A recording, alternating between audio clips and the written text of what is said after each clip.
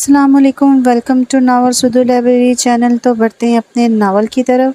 सुबह की रोशनी हर शय को मनवर कर रही थी। नीले वसी आसमान पर मौजूद सूरज कभी बादलों की ओट में छुपता तो कभी मंजर आम पर आ जाता। मार्च के दिन थे, मौसम खुशगवार सा था। लाहौर शहर की रौनक और रंग अपने अरूज पर थे। इसी तारीखी शहर के एक इलाके की जानिब आए जहाँ एक बुलंद और शानदार इमारत अपने जहो जलाल के साथ तन कर खड़ी थी। सुरमई और स्याह ईंटों से बनी वसी और रीज हजम पर फैली वो इमारत अपनी मिसाल आप थी। गोल्डन और सफ़ेद इम्तजाज के बड़े और मजबूत गेट के बाएं जानिब दीवार पर आगा मेंशन की तख्ती लगी थी।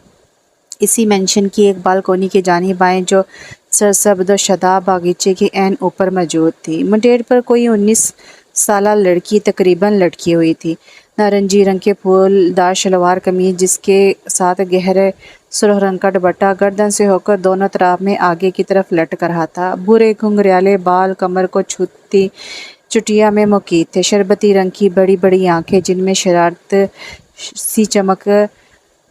सी चमक रक्स कर रही थी। काजल की एक बारीक सी लकीर इन आंखों को जज्बे नजर बना रही थी। तुम्हारे भाई पहले से ज्यादा हैंडसम होकर वापस आए हैं। गर्दन को हल्के से मोड़कर पीछे कुर्सी पर बैठे शख्स को मुखातिब किया, जबकि नजरें बागीचे में बैठे नफ्स पर जमी थी। जदीद तर्ज के महंगे कैमरे को मेज़ पर रखे टिश्यू पेपर से नज़ाकत और एहतियात से इसे साफ करते वह हाथ जगह के हाथ इसकी बात पर थमे। से आंखें उठा के उस लड़की की पुश्त को देखा। अब मुंडेर से हट जाओ माहे जबी सुल्तान, वरना नीचे गिरकर सीधा ऊपर पहुंचेगी। और गिरने के बाद इसे हैंडसम शख्स के सामने बेइज्जती अलग। सर झटक कहा, माथे पर गिरे स्याह सिल्की बाल जरा के जरा लहराए और फिर साकत हो गए। ओहो, तुम्हें नहीं लगता स्याह रंग इन पर ज़रूरत से ज़्यादा ही कुछ जचता है? इसकी बात को किसी खातर में ना लाकर वो अपना सवाल दाग गई। नजरें इसी मंजर से हटने से इनकारी थी। तुम ऐसे नहीं मानोगी। अभी पप्पो के कानों तक तुम्हारी ये तारीफी जुमले पहुंचाता हूँ। हाथ अब के तेजी से हरकत करने लगे। अम्मा का डराव मत दो, मैं भी बताऊंगी कि पिछले हफ्ते सलमा में अलिशबा के साथ नहीं बल्कि तुम्हारे साथ गई थी। हाथ जलाकर कहा और एक धमकी से भी नवाजा। वह हाश दान चबा कर रह गया। वो ढीठ लोगों के किसी गुमनाम कबीले से ताल्लुक़ रखती थी। इसकी फूफी ज़ात न जाने किस रिश्ते से बन गई थी। इस शख्स ने महज आगा मेंशन की आने की देर है, ये लड़की शेर सवा शेर बन जाती है। बड़बड़ाहट अरूज पर थी, मगर वहाँ परवाह किसे थी। मुंडेर पर लटकी इस लाबाली सी लड़की के चेहरे पर अजीब सी चमक थी, होंठों पर मुस्तकिल मुस्कुराहट। यकीनन आने वाला कोई बहुत ही खास था। कितने दिन के लिए आए हो इस मर्तबा? चाय का घूंट लेते हुए सामने बैठे अपने बेटे को मुखातिब किया, जो इनकी तमाम तर तवज्जो बार बार अपनी जानिब खींच रहा था। मुमकिन है 2 हफ्ते या इससे ज़्यादा भी। संजीदा भारी लहजा महसूस सहरंगेज़ आवाज़ जो मुकाबल को सुनने पर मादा कर दे। और शादी के बारे में क्या सोचा है? हमेशा की तरह किया जाने वाला सवाल। सामने टांग पर टांग चढ़ाए बैठे मिराज आगा ने बेख्तियार पहलू बदला। ये मौजू और ये जुमला इसके नापसंदीदा तरीन जुमला था। अब मेरी उम्र नहीं रही कि मैं शादी के बारे में सोचूं। बाप पर से नज़र हटाकर लॉन में लगे पीपल के दरख्त को देखा। इसके जुमले पर अल्ताफ़ आगा ने एक गहरी नज़र इस पर डाली। स्याह थरीपी सूट, स्याही चमचमाते बूट, स्याह सिल्की बाल जो जल से सट कर रखे थे, काली गहरी और जहानत से लरबेज गुलाबी आंखें, तीखे नैन नकोश और गंदमी मगर चमकती रंगत। और वो अपनी शख्सियत की बदौलत किसी को भी एहसास कमती में मुब्तला कर सकता था। 40 के करीब हो चुके हो, मगर यकीन जानो वह आज से 1-2 साल ही बड़े लगते हो। मुस्कुराती आवाज़ में से मुखातिब किया। मिराज के चेहरे पर पहली मर्तबा मुस्कान नमूदार हुई। स्याह आंखें मुस्कुराने पर हजम से कुछ छोटी हुई। मुस्कान की वजह अपनी तारीफ नहीं बल्कि जुमले में इस्तेमाल किया जाने वाला नाम था।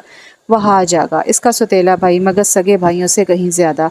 कहाँ है वो सब? मुस्कुराहट बरकरार थी। अंदर है, मिल लो। इसके बाद बदलने पर वो खुफगी से घूर कर रह गए। मिराज ने सर हिलाया और इस कुर्सी से उठ खड़ा हुआ। दराज कद और मजबूत जिस्म अब वाज़ह था। पुरवकार चाल चलता, कोट के अगले 2 बटन बंद करता अंदर की जानिब बढ़ गया। वकालत इसका पेशा था और अपने अंदाज़ो तवार से वो एक काबिल और हुनरमंद वकील के ओहदे पर पूरे हक से बर्जमान था। पीछे अल्ताफ़ खान वहीं किताबों में ही देर गोल मेज़ पर पड़े इसके स्याह बैग को घूरते रहे। अल्ताफ़ गौहर आगा, जो कि गौहर आगा और इनकी ज़ौजा शुमाइला बेगम के इकलौते बेटे थे। एक बेटी राबिया गौहर आगा थी। अल्ताफ़ आगा की शादी अपनी फूफी ज़ाद नरमीन से हुई थी, जिसमें दोनों घरानों की बाहमी रज़ा शामिल थी। शादी के कितने ही अरसे बाद तक वो दोनों औलाद से महरूम रहे थे। दूसरी जानिब अल्ताफ़ आगा के कराची में मुकीम एक दोस्त ने अपनी ज़िंदगी की आखिरी सांसें लेते हुए अपने बेसहारा बहन नीलम को इनके हवाले कर दिया। मजबूरन अल्ताफ़ को इससे शादी करना पड़ी, जो कि घर वालों से कई साल मुख्फी रही। नीलम अल्ताफ़ आगा एक मौलिक बीमारी से लड़ते लड़ते जहां फ़ानी से कूच कर गई। तब इनका बेटा मिराज अल्ताफ़ आगा 20 साल का था। वो इसे अपने साथ लाहौर आगा मेंशन ले आए, मगर वहां के मकीनों पर यह खबर क़यामत बनकर टूटी थी। इनकी पहली बेगम नरमीन इस अचानक वारदात हो जाने वाली खबर का सदमा बर्दाश्त ना कर पाई और दुनिया से रुखसत हो गई। इस वक्त वहाज महज 8 साल का था, जबकि छोटी बेटी सुंबल 4 साल की थी। महराज को अंदर बढ़ता देखकर वह मंदिर से हटी थी, फौरन अंदर की जानिब भागी। वहाज ने आवाज़ देकर इसे रोकना चाहा, मगर वह कहाँ सुनने वाली थी। राहदारी में भागती हुई वो तेज़ रफ्तारी से जीने उतरने लगी। जब आखिरी सीढ़ी पर कदम रखते ही वह सामने से आते हुए जूर से टकराते टकराते बची। तसादुम होता तो शायद दोनों गिर जाते, मगर वो तो फिर भी घायल हो चुकी थी। मिराज आगा इस तमाम तर वजाहत के साथ इसके सामने खड़े बड़े गौर से इसे देख रहा था। महाजबीन सुल्तान तस्दीक ज़रूरी थी, क्योंकि वो 3 साल बाद वापस से लौटा था। सामने खड़ी लड़की अब बड़ी हो गई थी और खूबसूरत भी। महाजबीन ने किसी शहर में जकड़े इसके अनाबी होंठों की जनिश देखी, जिसने बड़ी अपनाइत से इसका नाम अदा किया था। सुरमई आंखें इसकी सियाह आंखों तक का सफ़र तय कर गई। मिराज इसकी महवियत पर होले से मुस्कुराया। सियाह गलाफी आंखों का अर्तकाज़ गहरा हुआ। तुम बिल्कुल नहीं बदली माँ। हाथ बढ़ाकर धीरे से इसके बालों से ढके सर को छुआ और सांस से गुजरता ऊपर की जानिब बढ़ गया। गुजरते हुए एक गहरी मगर मुख्तसर नज़र इसके चेहरे पर जोर डाली। फ़िज़ा में महंगे कलोन की खुशबू ठहर गई। वो बिना पलके चपकाए साक़त जामद आखिरी सीढ़ी पर खड़ी रही। रगो जाम पर एक अजीब सा एहसास असरात करने लगा। इस शख्स को करीब से देखने की गलती नहीं करनी चाहिए थी, मगर वो ये गलती कर चुकी थी। तुम क्यों बुत बनी यहाँ खड़ी हो? माँ की तेज़ आवाज़ पर अनदेखे शहर से बाहर निकली। राबिया बेगम किचन के दरवाजे में खड़ी से घूर रही थी। सर झटकती हुई उनकी जानिब बढ़ गई। अम्मा कभी प्यार से भी मुखातिब किया करे ना, जैसे अरे मेरी प्यारी माँ, मेरी जान का टोटा, मेरे जिगर का टुकड़ा, मेरी सांसों का जवाज़, मेरी आंखों की ठंडक। इनके पास आती हुई ज़बान के जौहर दिखाने लगी। जब राबिया बेगम की जानिब से बाजू पर पड़ने वाले थप्पड़ ने इसकी पोते गोई लम्हों में सलब कर ली। मदद करवाओ, मेरी ज़बान की तरह हाथ भी चलाने आते तो ज़रूर प्यार से मुखातिब कर दी। माँ की तगड़ी घूरी और इसकी जद में आती महाजबीन ये रोज़ का मामूल था, और इन सबसे लुत्फ़अंदोज़ होने वाला वहाज आगा था। बालकोनी में खड़े होते ही नज़र सुंबल पर पड़ी, जो भाई के सर पर खड़ी मुंह बसूर कर कुछ कह रही थी। मिराज की मुस्कुराहट गहरी हुई। सुंबल, धीरे से पुकारा। 16 साल सुंबल ने चूंक कर आवाज़ की समय देखा। चूंका तो कुर्सी पर बैठा वहाज भी था, मगर वो नज़रअंदाज कर गया। भाई, आप कब आए? भाग कर इसके गले लगती वो चह कर बोली। जब तुम मेरे दूसरे भाई से शिकायतें कर रही थी। इसकी पेशानी चूमते नज़र उठाकर वहाज की पुश्त को देखा, जो गूंगा बहरा बना बैठा था। वहाज भाई, देखे ना कौन आया है। सुंबल खजल सी होती इसे मुखातिब करके, जो मिराज को बुरी तरह नज़रअंदाज कर गया था। मैं मसरूफ़ हूँ। संजीदा और अखड़ा सा लहजा। पीछे खड़े मिराज ने गहरी सांस भरी और सुंबल के सर पर हाथ रखते इसके जाने कदम बढ़ा गया। सामने पड़ी कुर्सी खींची और आस्ता से इस पर बैठा अब नजरें मुकाबिल बैठे शख्स का जायजा ले रही थी। जीन्स पर सफ़ेद रंग की टी शर्ट, ऊपर आसमानी रंग की ड्रेस शर्ट जिसके कफ कोनियों तक मोड़ रखे थे। बाएं क्लाइम में चंद बैंड्स से सर झुकाए वो कैमरे को उलट पुलट करके देख रहा था। कैसे हो? जायजे के बाद इससे मुखातिब किया, जो चेहरे और हुलिये से कोई मासूम सा टीनेजर लग रहा था। दोनों की गहरी स्याह आंखें एक दूसरे से बेहद मुशाबत रखती थी। ठीक हूँ, वही बेरुखी, वही बेजार लहजा। मिराज इसके हाथों की हरकत देखते सर हिलाया। मैंने तुम्हें बहुत याद किया। अगला जुमला जिसमें चाह थी, मोहब्बत थी, मगर मुकाबिल का दिल इसकी जानिब हमकने से इनकासिर था। हमारे दरमियान ऐसे कौन से खुशगवार ताल्लुकात रह चुके हैं जो आप मुझसे बिछड़ने पर मुझे याद करने लगे? तंज़ी अंदाज में कहता हुआ मुकाबिल को तकलीफ पहुँचा रहा था। दिल में बसे रिश्ते किसी लफ्ज़, जुमले या वक्ती गुजारी के मोहताज नहीं होते। ये हमेशा दिल में क़याम करते हैं और कभी दिल से रुखसत नहीं होते। धीमा ठहरा हुआ लहजा, खूबसूरत और दिल में उतरने वाली आवाज़। अब की बार वहाज ने सर उठाया और उसकी सियाह आंखों में देखा, जहाँ नरमी थी, ऐसी नरमी जो पूरी कायनात में सिर्फ इस एक शख्स से बात करते हुए कायम रहती थी। वरना बैरिस्टर मिराज आगा के तीखे और रौबदार अंदाज से एक जहान आशना था। जो जैसे चल रहा है इसे चलने दें। ज़बरदस्ती दूसरों के सरों पर मुसलत किए जाने वाले रिश्ते बहुत कमज़ोर होते हैं। वह आज की से आंखों में नरमी का शोभा तक न था।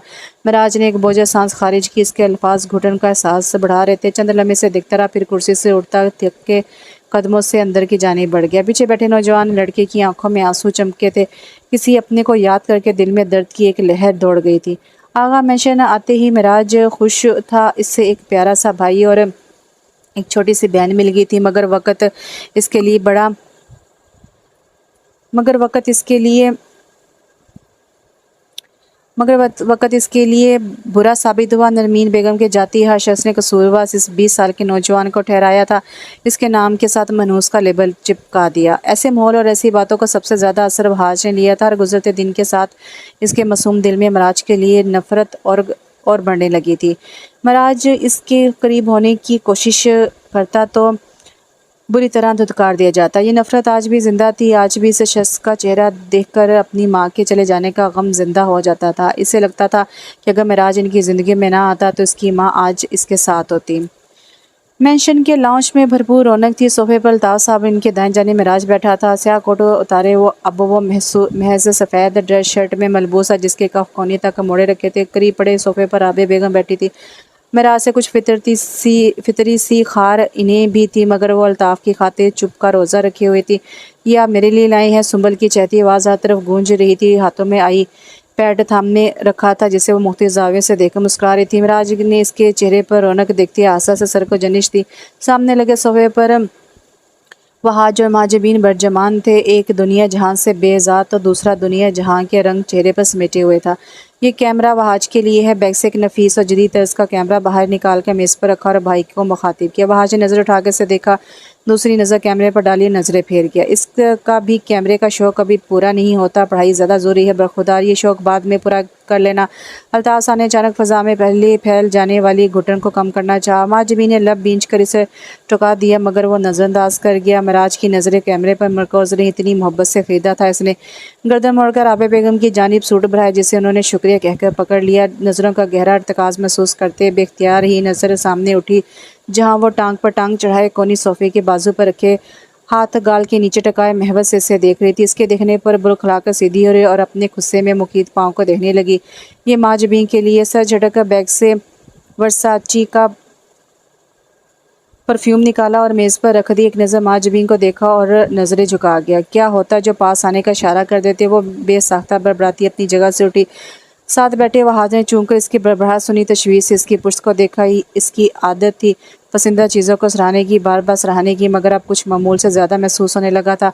वो वापस आकर बैठी और मुस्कुराते हुए परफ्यूम का जायज़ा लेने लगी। वहाज ने गर्दन मोड़कर बड़े गौर से इसका चेहरा देखा। दिल किसी अजीब सी खदशे के तहत धड़का। निगाहें मुड़कर अल्ताफ़ आगा से बात करते महराज को देखा और बेसाख्ता अपने ख्याल की नफ़ी की। वो उम्र में इससे बहुत बड़े हैं। दिल को एक जवाब पेश किया गया, शराफत से कैमरा उठाकर अपने पास रख लो वरना मैं ले लूँगी। माजबी ने मेज़ पर पड़े कैमरे को दोबारा देखते हुए उसकी जानिब झुकते हुए धमकी दी। तुम अपने काम से काम नहीं रख सकती। खुफगी से इसकी नाक में चमकते मोती को देखा। और तुम अखलाकियात का मुजाहरा नहीं कर सकते। ये तरबियत की है मैंने तुम्हारी सुरमई आँखों में खुफगी काबिल दी थी। वहाज ने एक नज़र काजल से लबेज इन आँखों में देखा और दूसरे लम्हे सोफे से उठता वो कैमरा थाम गया। अंदाज में लापरवाही सी थी। महराज ने हैरत से देखा, फिर ज़ेलब मुस्कुराए। एकदम सब अच्छा लगने लगा। भैया भाई कितने प्यारे हो गए हैं ना पुप्पो, सेब दांतों से कुतरती सुंबल ने दिलचस्पी से कहा। सब्जियां काटती महाजबीन के हाथ यकदम थमे। लब मुस्कुराहट में डले। इसका पसंदीदा मौजू शुरू होने वाला था। हाँ तो शुरू से ही प्यारा है और वजीहा है, नई बात क्या है? राबे बेगम ने मसरूफ़ से अंदाज में जवाब दिया। बाबा कहते हैं इन्हें शादी कर लेनी चाहिए, मगर वो नहीं मानते। सुंबल ने बात आगे बढ़ाई। पहली शादी कामयाब नहीं हुई तो कोई वजह तो होगी, दूसरी शादी का रिस्क क्यों लेना? क्या मालूम वो भी कामयाब ना हो। पुप्पो के लहजे में अनदेखी सी काट थी। ऐसे तो ना कहें पुप्पो। सुंबल ने नाराज़गी से इन्हें देखा, जबकि शल के पास खड़ी माँ की गिरफ्त हाथ में पकड़ी छुरी पर मजबूत होने लगी। सच्ची कह रही हूँ, किरदार में कोई खोट होगा तभी पहली बीवी छोड़ कर गई है। अब के हाथ जलाकर लापरवाही से कहा। माँ ने गर्दन मोड़कर शिकवा कर नज़रों से इन्हें देखा। सुंबल के सामने ऐसी बातें करने की क्या तुक थी? वो बेहतरीन है और बेहतरीन ही डिज़र्व करते हैं। वो औरत ही इनके काबिल नहीं होगी, इसलिए किस्मत ने इन्हें किसी बड़े नुकसान से बचा लिया। लहजे में कुछ ऐसा था कि राबिया सुंबल एक साथ चूंकि इनकी हैरत भरी नज़रें महसूस करती और सटपटा कर रुख मोड़ गई और तेज़ी से सब्जियां काटने लगी। इस लड़की की ज़ुबान गैर मतवक्को बातें, इसे छोड़ो और वहाज को बुलाकर लाओ, सुबह से कुछ नहीं खाया, इसने न जाने कहाँ मसरूफ़ है। राबिया बेगम ने छुरी इसके हाथ से लेती इसे लताड़ा। माजबी ने मुँह के जावे बिगाड़े तनफन करती किचन से निकल गई। राबिया सुल्तान जिनके शोहर माजबीन की पैदाइश के चंद सालों बाद ही इन्हें छोड़कर चले गए थे, इद्दत के अयाम पूरे करने के बाद अल्ताफ़ के बेहद इसरार पर वो आगा मेंशन मुंतकिल हो गई थी, जिस पर इनके ससुराल वालों को किसी किस्म का कोई इतराज़ न था। माजबीन बाप की मौत के बाद से कुछ गुमसुम सी रहती थी। यहाँ वहाज और सुंबल की मौजूदगी से इसकी गम भर गए थे और वो ज़िंदगी की जानिब वापस लौट आई थी। मिराज इससे कुछ एतराज़ बरतता था। वजह राबे बेगम और वहाज की घूरियाँ थी जो इसे गैर आरामदा कर देती थी, मगर माजबीन को मिराज आगा अपनी संजीदा तबीयत और सहरंगेज शख्सियत की बदौलत हमेशा से पसंद था। इधर एक हरूफ की कश्तीनी, यहाँ लाख उज़र था गुफ्तीनी, जो कहा तो सुन के उड़ा दिया, जो लिखा तो पढ़ के मिटा दिया। राहदारी में से गुजरते हुए इसकी नज़र नीम व दरवाजे पर पड़ी। ना कोई मकसद था और ना ही करने के लिए कोई बात, मगर फिर भी वो जो कदम इस जानिब बढ़ाने से रोक ना पाई थी। दरवाजे के ऐन सामने आते गहरी सांस अंदर खींची और हाथ की 2 उंगलियों का इस्तेमाल करते दस्तक दी। आ जाओ। भारी मगर ठहरी हुई आवाज़ कानों से टकराई। इसकी धड़कन बेख्तियार तेज़ हुई। खुशी लबों पर ज़बान फेरती हुई दरवाज़ा खोल कर अंदर दाखिल हुई। सामने उठी, जहाँ वह बेड के किनारे पर बैठा पाँव को जूतों से आज़ाद कर रहा था। एक हाथ फ़ोन कान को लगाए हुए था, जबकि दूसरा जूतों की जानिब था, जो कि सर के साथ ही नज़र उठाकर आने वाले को देखकर एक लम्हे के लिए बुरी तरह चौंका। वो सिंगार में इसके पास खड़ी, हाथों की उंगलियां बाहम फंसाए कुछ नर्वस सी महसूस हो रही थी। मैं आपसे बाद में बात करता हूँ डीजी साहब, संजीदगी से कहते फ़ोन बंद करके बेड पर उछाल दिए, जबकि सियाह आंखें अभी भी इसी पर मरकोज़ थी। खैरियत? वो कुछ ना बोली तो महराज इससे मुखातिब कर गया। जी, पप्पो खाने पर बुला रही हैं। नीचे घुंघराले बालों की एक लट कान के पीछे अड़ेसती जो लंबी चोटी से बाहर थी। महराज ने नज़रें हटाई और जूते एक तरफ करता खड़ा हो गया। आता हूँ, सर हिलाकर कहा और एक कोने पर पड़े अपने बैग की जानिब बढ़ गया। माजबी की निगाहें इससे हटने से इनकारी हो रही थी। कमरे में बेशुमार चीज़ें जो काबिल तवज्जो थी, जो निगाहें खींच सकती थी, मगर इसके लिए हर मंजर बेरंग था, और अगर दिल को खिज़ा करने वाला कोई रंग था तो वो सामने खड़े इस मर्द से वाबस्ता था। कुछ कहना है माँ? इसकी मौजूदगी महसूस करते हुए बिना मुड़े सवाल कर गया। माजबी यकदम चूकी। मुझे किताबें ज़्यादा पसंद है। आपको कोई मर्तबा बताया है? आपको कई मर्तबा बताया है, फिर ये परफ्यूम क्यों? सवाल गया मैं तवक्का था दोनों के लिए। मिराज के बैग में हरकत करते हाथ एक लम्हे के लिए रुके। चेहरे पर बड़ी जानदार मुस्कुराहट है जिसे माजबी ना देख सकी। किताबें की दुनिया में गुम होकर तुम तोहफे देने वाले को भूल जाओगी, इसलिए खुशबू दी ताकि तुम देने वाले को आसपास महसूस कर सको, कहती ही हल्का सा रुख इसकी जानी मोड़ा। फासले पर खड़ी इस लड़की की आंखों में देखता ज़रा सा मुस्कुराया, रुख वापस मोड़ गया। माजबीन किसी मुजस्मे की माने साकत हुई, लब हिलने से इनकारी होने लगे। से जवाब की वो ताउम्र तवक्को नहीं कर सकती थी। वो क्या मायनी आखज़ करती, वो क्या सराइयों की कौन सी हदूद को छूती। सामने खड़ा वो 36 साला मर्द अपने एक जुमले से, एक नज़र से, एक मुस्कुराहट से इसकी छोटे से दिल की दुनिया तह बाला कर गया था। और कोई सवाल पीछे मुड़ता वो कदम कदम चलता इसके सामने आया और सीने पर हाथ बांध कर पूछा। माजबी ने सर उठा के से देखा और अगले ही लम्हे नजरें झुका कि वो इसकी गहरी स्याह आंखों में इससे ज़्यादा देर तक नहीं देख सकती थी। तेज़ी से नफ़ी में सर लाया और एक कदम से मुड़ती तकरीबन भागती हुई कमरे से निकली। पीछे खड़े मिराज के चेहरे पर तासरात लम्हे के 1000वें हिस्से में बदल चुके थे। वहाज के कमरे के बाहर आते ही इसके कदम को ब्रेक लगी। दिल के मुकाम पर हाथ रखकर सांस बहाल की। चेहरे पर उभरने वाली मुस्कुराहट बेसाख्ता थी। दिल में मौजूद जज्बे की पजीराई हो तो इंसान के कदम ज़मीन से कई फुट ऊपर उठ जाते हैं। हर तरफ बहारें दिखने लगती हैं। सबसे बदसूरत मंजर भी एकदम हसीन तरीन लगने लगता है। महाजबीन सुल्तान का हाथ भी इस लम्हे कुछ ऐसा ही था। वो कई नई मंजिल के सफ़र पर निकल चुकी थी। तभी अचानक दरवाज़ा खोला और अंदर से बरामद होने वाले शख्स ने हैरत से मुस्कुराते हुए देखा। कहीं जिन तो आशिक नहीं हो गए तुम पर? या सर बाहर निकाल कर राहदारी में दाएं बाएं देखा। तुम किसी जिन पर आशिक हो चुकी हो? नज़रें वापस इस पर डालते मुस्कुराहट दबाई। माजबी ने खौफा नज़र इस पर डाली और कंधे से पीछे कट्टी कमरे में दाखिल हुई। ये दुनिया एकदम से हसीन लगने लगी थी। लहक के कहती, और धर्म से बेड पर बैठी। फूफो ने गलती से तुम्हारी तारीफ़ कर दी है, या बाबा ने कोई लाइब्रेरी तुम्हारे नाम लिखवा दी है, या सुंबल ने इस महीने की जेब खर्च तुम्हारे हवाले कर दी। इसकी पसंद के मुताबिक अंदाज़ा लगाता वो इसके साथ बैठा। एक शख्स का नाम तुम लेना भूल चुके हो। माजबी ने गर्दन मोड़ कर से देखा। वहाज की स्याह आंखें इसकी सुरमई आंखों से टकराई तो वो शौक सा हो गया। वो चमक दीद के काबिल थी। कौन? ट्रांस की सी कैफियत में सवाल किया। मिराज आगा। होंठों से अदा होने वाले नाम से ज़्यादा काबिल तवज्जो उसका अंदाज़ था। वहाज का सख्ता यकदम टूटा लब बींच की आंखों में नरमी की बजाय खूबकी आने लगी। बहुत बड़े हैं तुमसे, लिहाजा भाई कहा करो। आवाज़ में रौब सा ओद आया। तुम्हें भाई नहीं कहती तो इन्हें क्यों कहूँ? दूबदू जवाब आए। क्योंकि हम दोस्त हैं, जबकि वो तुम्हारे सिर्फ कज़न है, इसके सिवा और कुछ नहीं। इसकी नाक में चमकती मोती को देखते हुए वो बावा करवाया। तुम्हें तो वैसे ही अपने भाई से खुदा वास्ते का बैर है, वरना इनकी शख्सियत ऐसी कहाँ है कि इनसे बासानी दामन तही की जा सके। सर चढ़ कर कहा और इर्द गिर्द देने लगी। वहाँ जगह का पूरी इस बात पर शोलों की लिपट में आने लगा। माँ की पसंदगी और शौक तबीयत से वो वाकिफ था, मगर इस मर्तबा तो पानी सर के ऊपर से गुजरता महसूस हो रहा था। ये इंटरेस्ट और शौकपन गैर मामूली नहीं था। अगर एक गहरा सांस भरकर हर ख्याल की नफ़ी की और निगाहें फेर गया। मुझे हमारी दोस्ती ख़तरे में लग रही है। माँ जबीन आवाज़ मध्यम थी। माँ जबीन ने चूंकर से देखा जो संजीदा हो चुका था। वहाँ जागा और महाजबीन सुल्तान की दोस्ती ताउम्र कायम रहेगी ना समझी भरे अंदाज में मुस्कुराते से तसल्ली दी। बाएं हाथ की एक छोटी उंगली से इसकी भी बाएं हाथ की छोटी उंगली में मौजूद चांदी की बारीक सी अंगूठी को छुआ।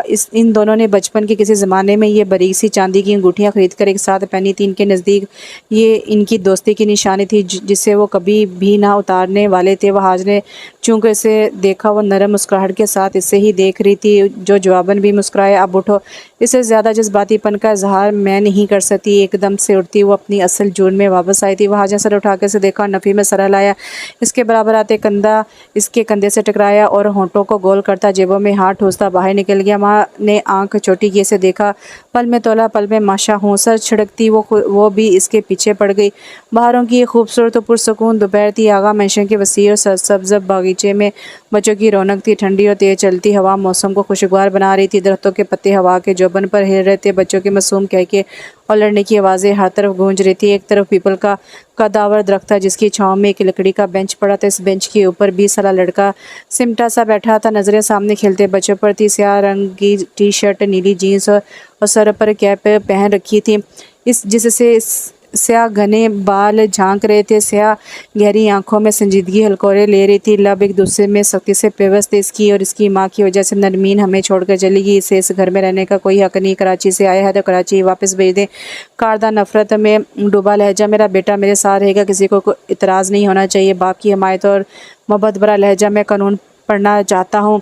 लाहौर में नहीं बल्कि कराची में इसने ये फैसला यूं किया था कि वो घर के ऐशो इशरत छोड़कर क्यों जाना चाहता था। इसकी वजह ज़हनी सुकून का सूल था जो उसे वहाँ नसीब होने से कासिर था। सामने टोली की सूरत में बैठे बच्चों का हंगामा अरूज पर था। इसी टोली में से एक 6 साला बच्ची जो छोटी सी गुलाबी रंग की फ्रॉक में मलबूस थी, हाथ में छोटी सी गुड़िया थाम रखी थी। गोलमट और सुरमई आंखें बेंच पर बैठे इस लड़के पर मरकोजी तासरात किसी गहरी सोच के कासी कर रहे थे। अब तुम्हारी बारी है माँ। 8 साला वहाज ने इससे मुखातिब किया, मगर इसकी नज़रों के ताक़ुब में दिखती इसकी छोटी सी पेशानी पर बल पड़ गए। माँ आप भी बारी करे ना। सुंबल ने इसका कंधा हिलाया। वो चूम कर सीधी हुई। वो वहाँ अकेले बैठे हैं, आओ इन्हें भी बुलाएं। उंगली से बेंच की जानिब इशारा किया जहाँ बैठा शख्स साहब सर को जो कहे अपने जूतों को घो रहा था। वो हमसे बहुत बड़े हैं, इन्हें हमारी गेम में मज़ा नहीं आएगा, तुम अपनी बारी करो। वहाज ने नाक चढ़ा कर कहा और इसका हाथ थाम लिया। माँ मुँह बसूर कर वहीं टिक गई। कुछ देर तक इनके साथ खेलती रही। वहाज अंदर से किसी को पुकार पर वहाँ से उठा तो माँ नज़र बचाती मुहतात अंदाज में कदम कदम चलती इनके बेंच तक आई। कुछ देर गुड़िया हाथ में थामे सर से पैर तक इसका जायज़ा लेती रही। फिर बेंच पर बामुश्किल बैठती गर्दन मोड़ के से देने लगी। चेहरा संजीदा था। मिराज ने भी रुख मोड़ कर इसे देखा। तुम्हें वो वाली गेम खेलनी आती है? 2 इंच की उंगली से दूर घास पर पड़ी कार्ड गेम की जानिब इशारा किया। मिराज ने इसकी नज़रों के ताक़ुब में देखा और धीमा सा मुस्कुराया। नहीं। चेहरे पर मासूमियत तारी करते नफ़ी में सर लाया। माँ होंठों को ओह की सूरत गोल करके शायद अफसोस का इजहार किया था। मुझे आती है, मैं तुम्हें सिखा दूंगी और मेरे साथ कहते ही अपना नन्हा हाथ इसकी जानिब बढ़ाया।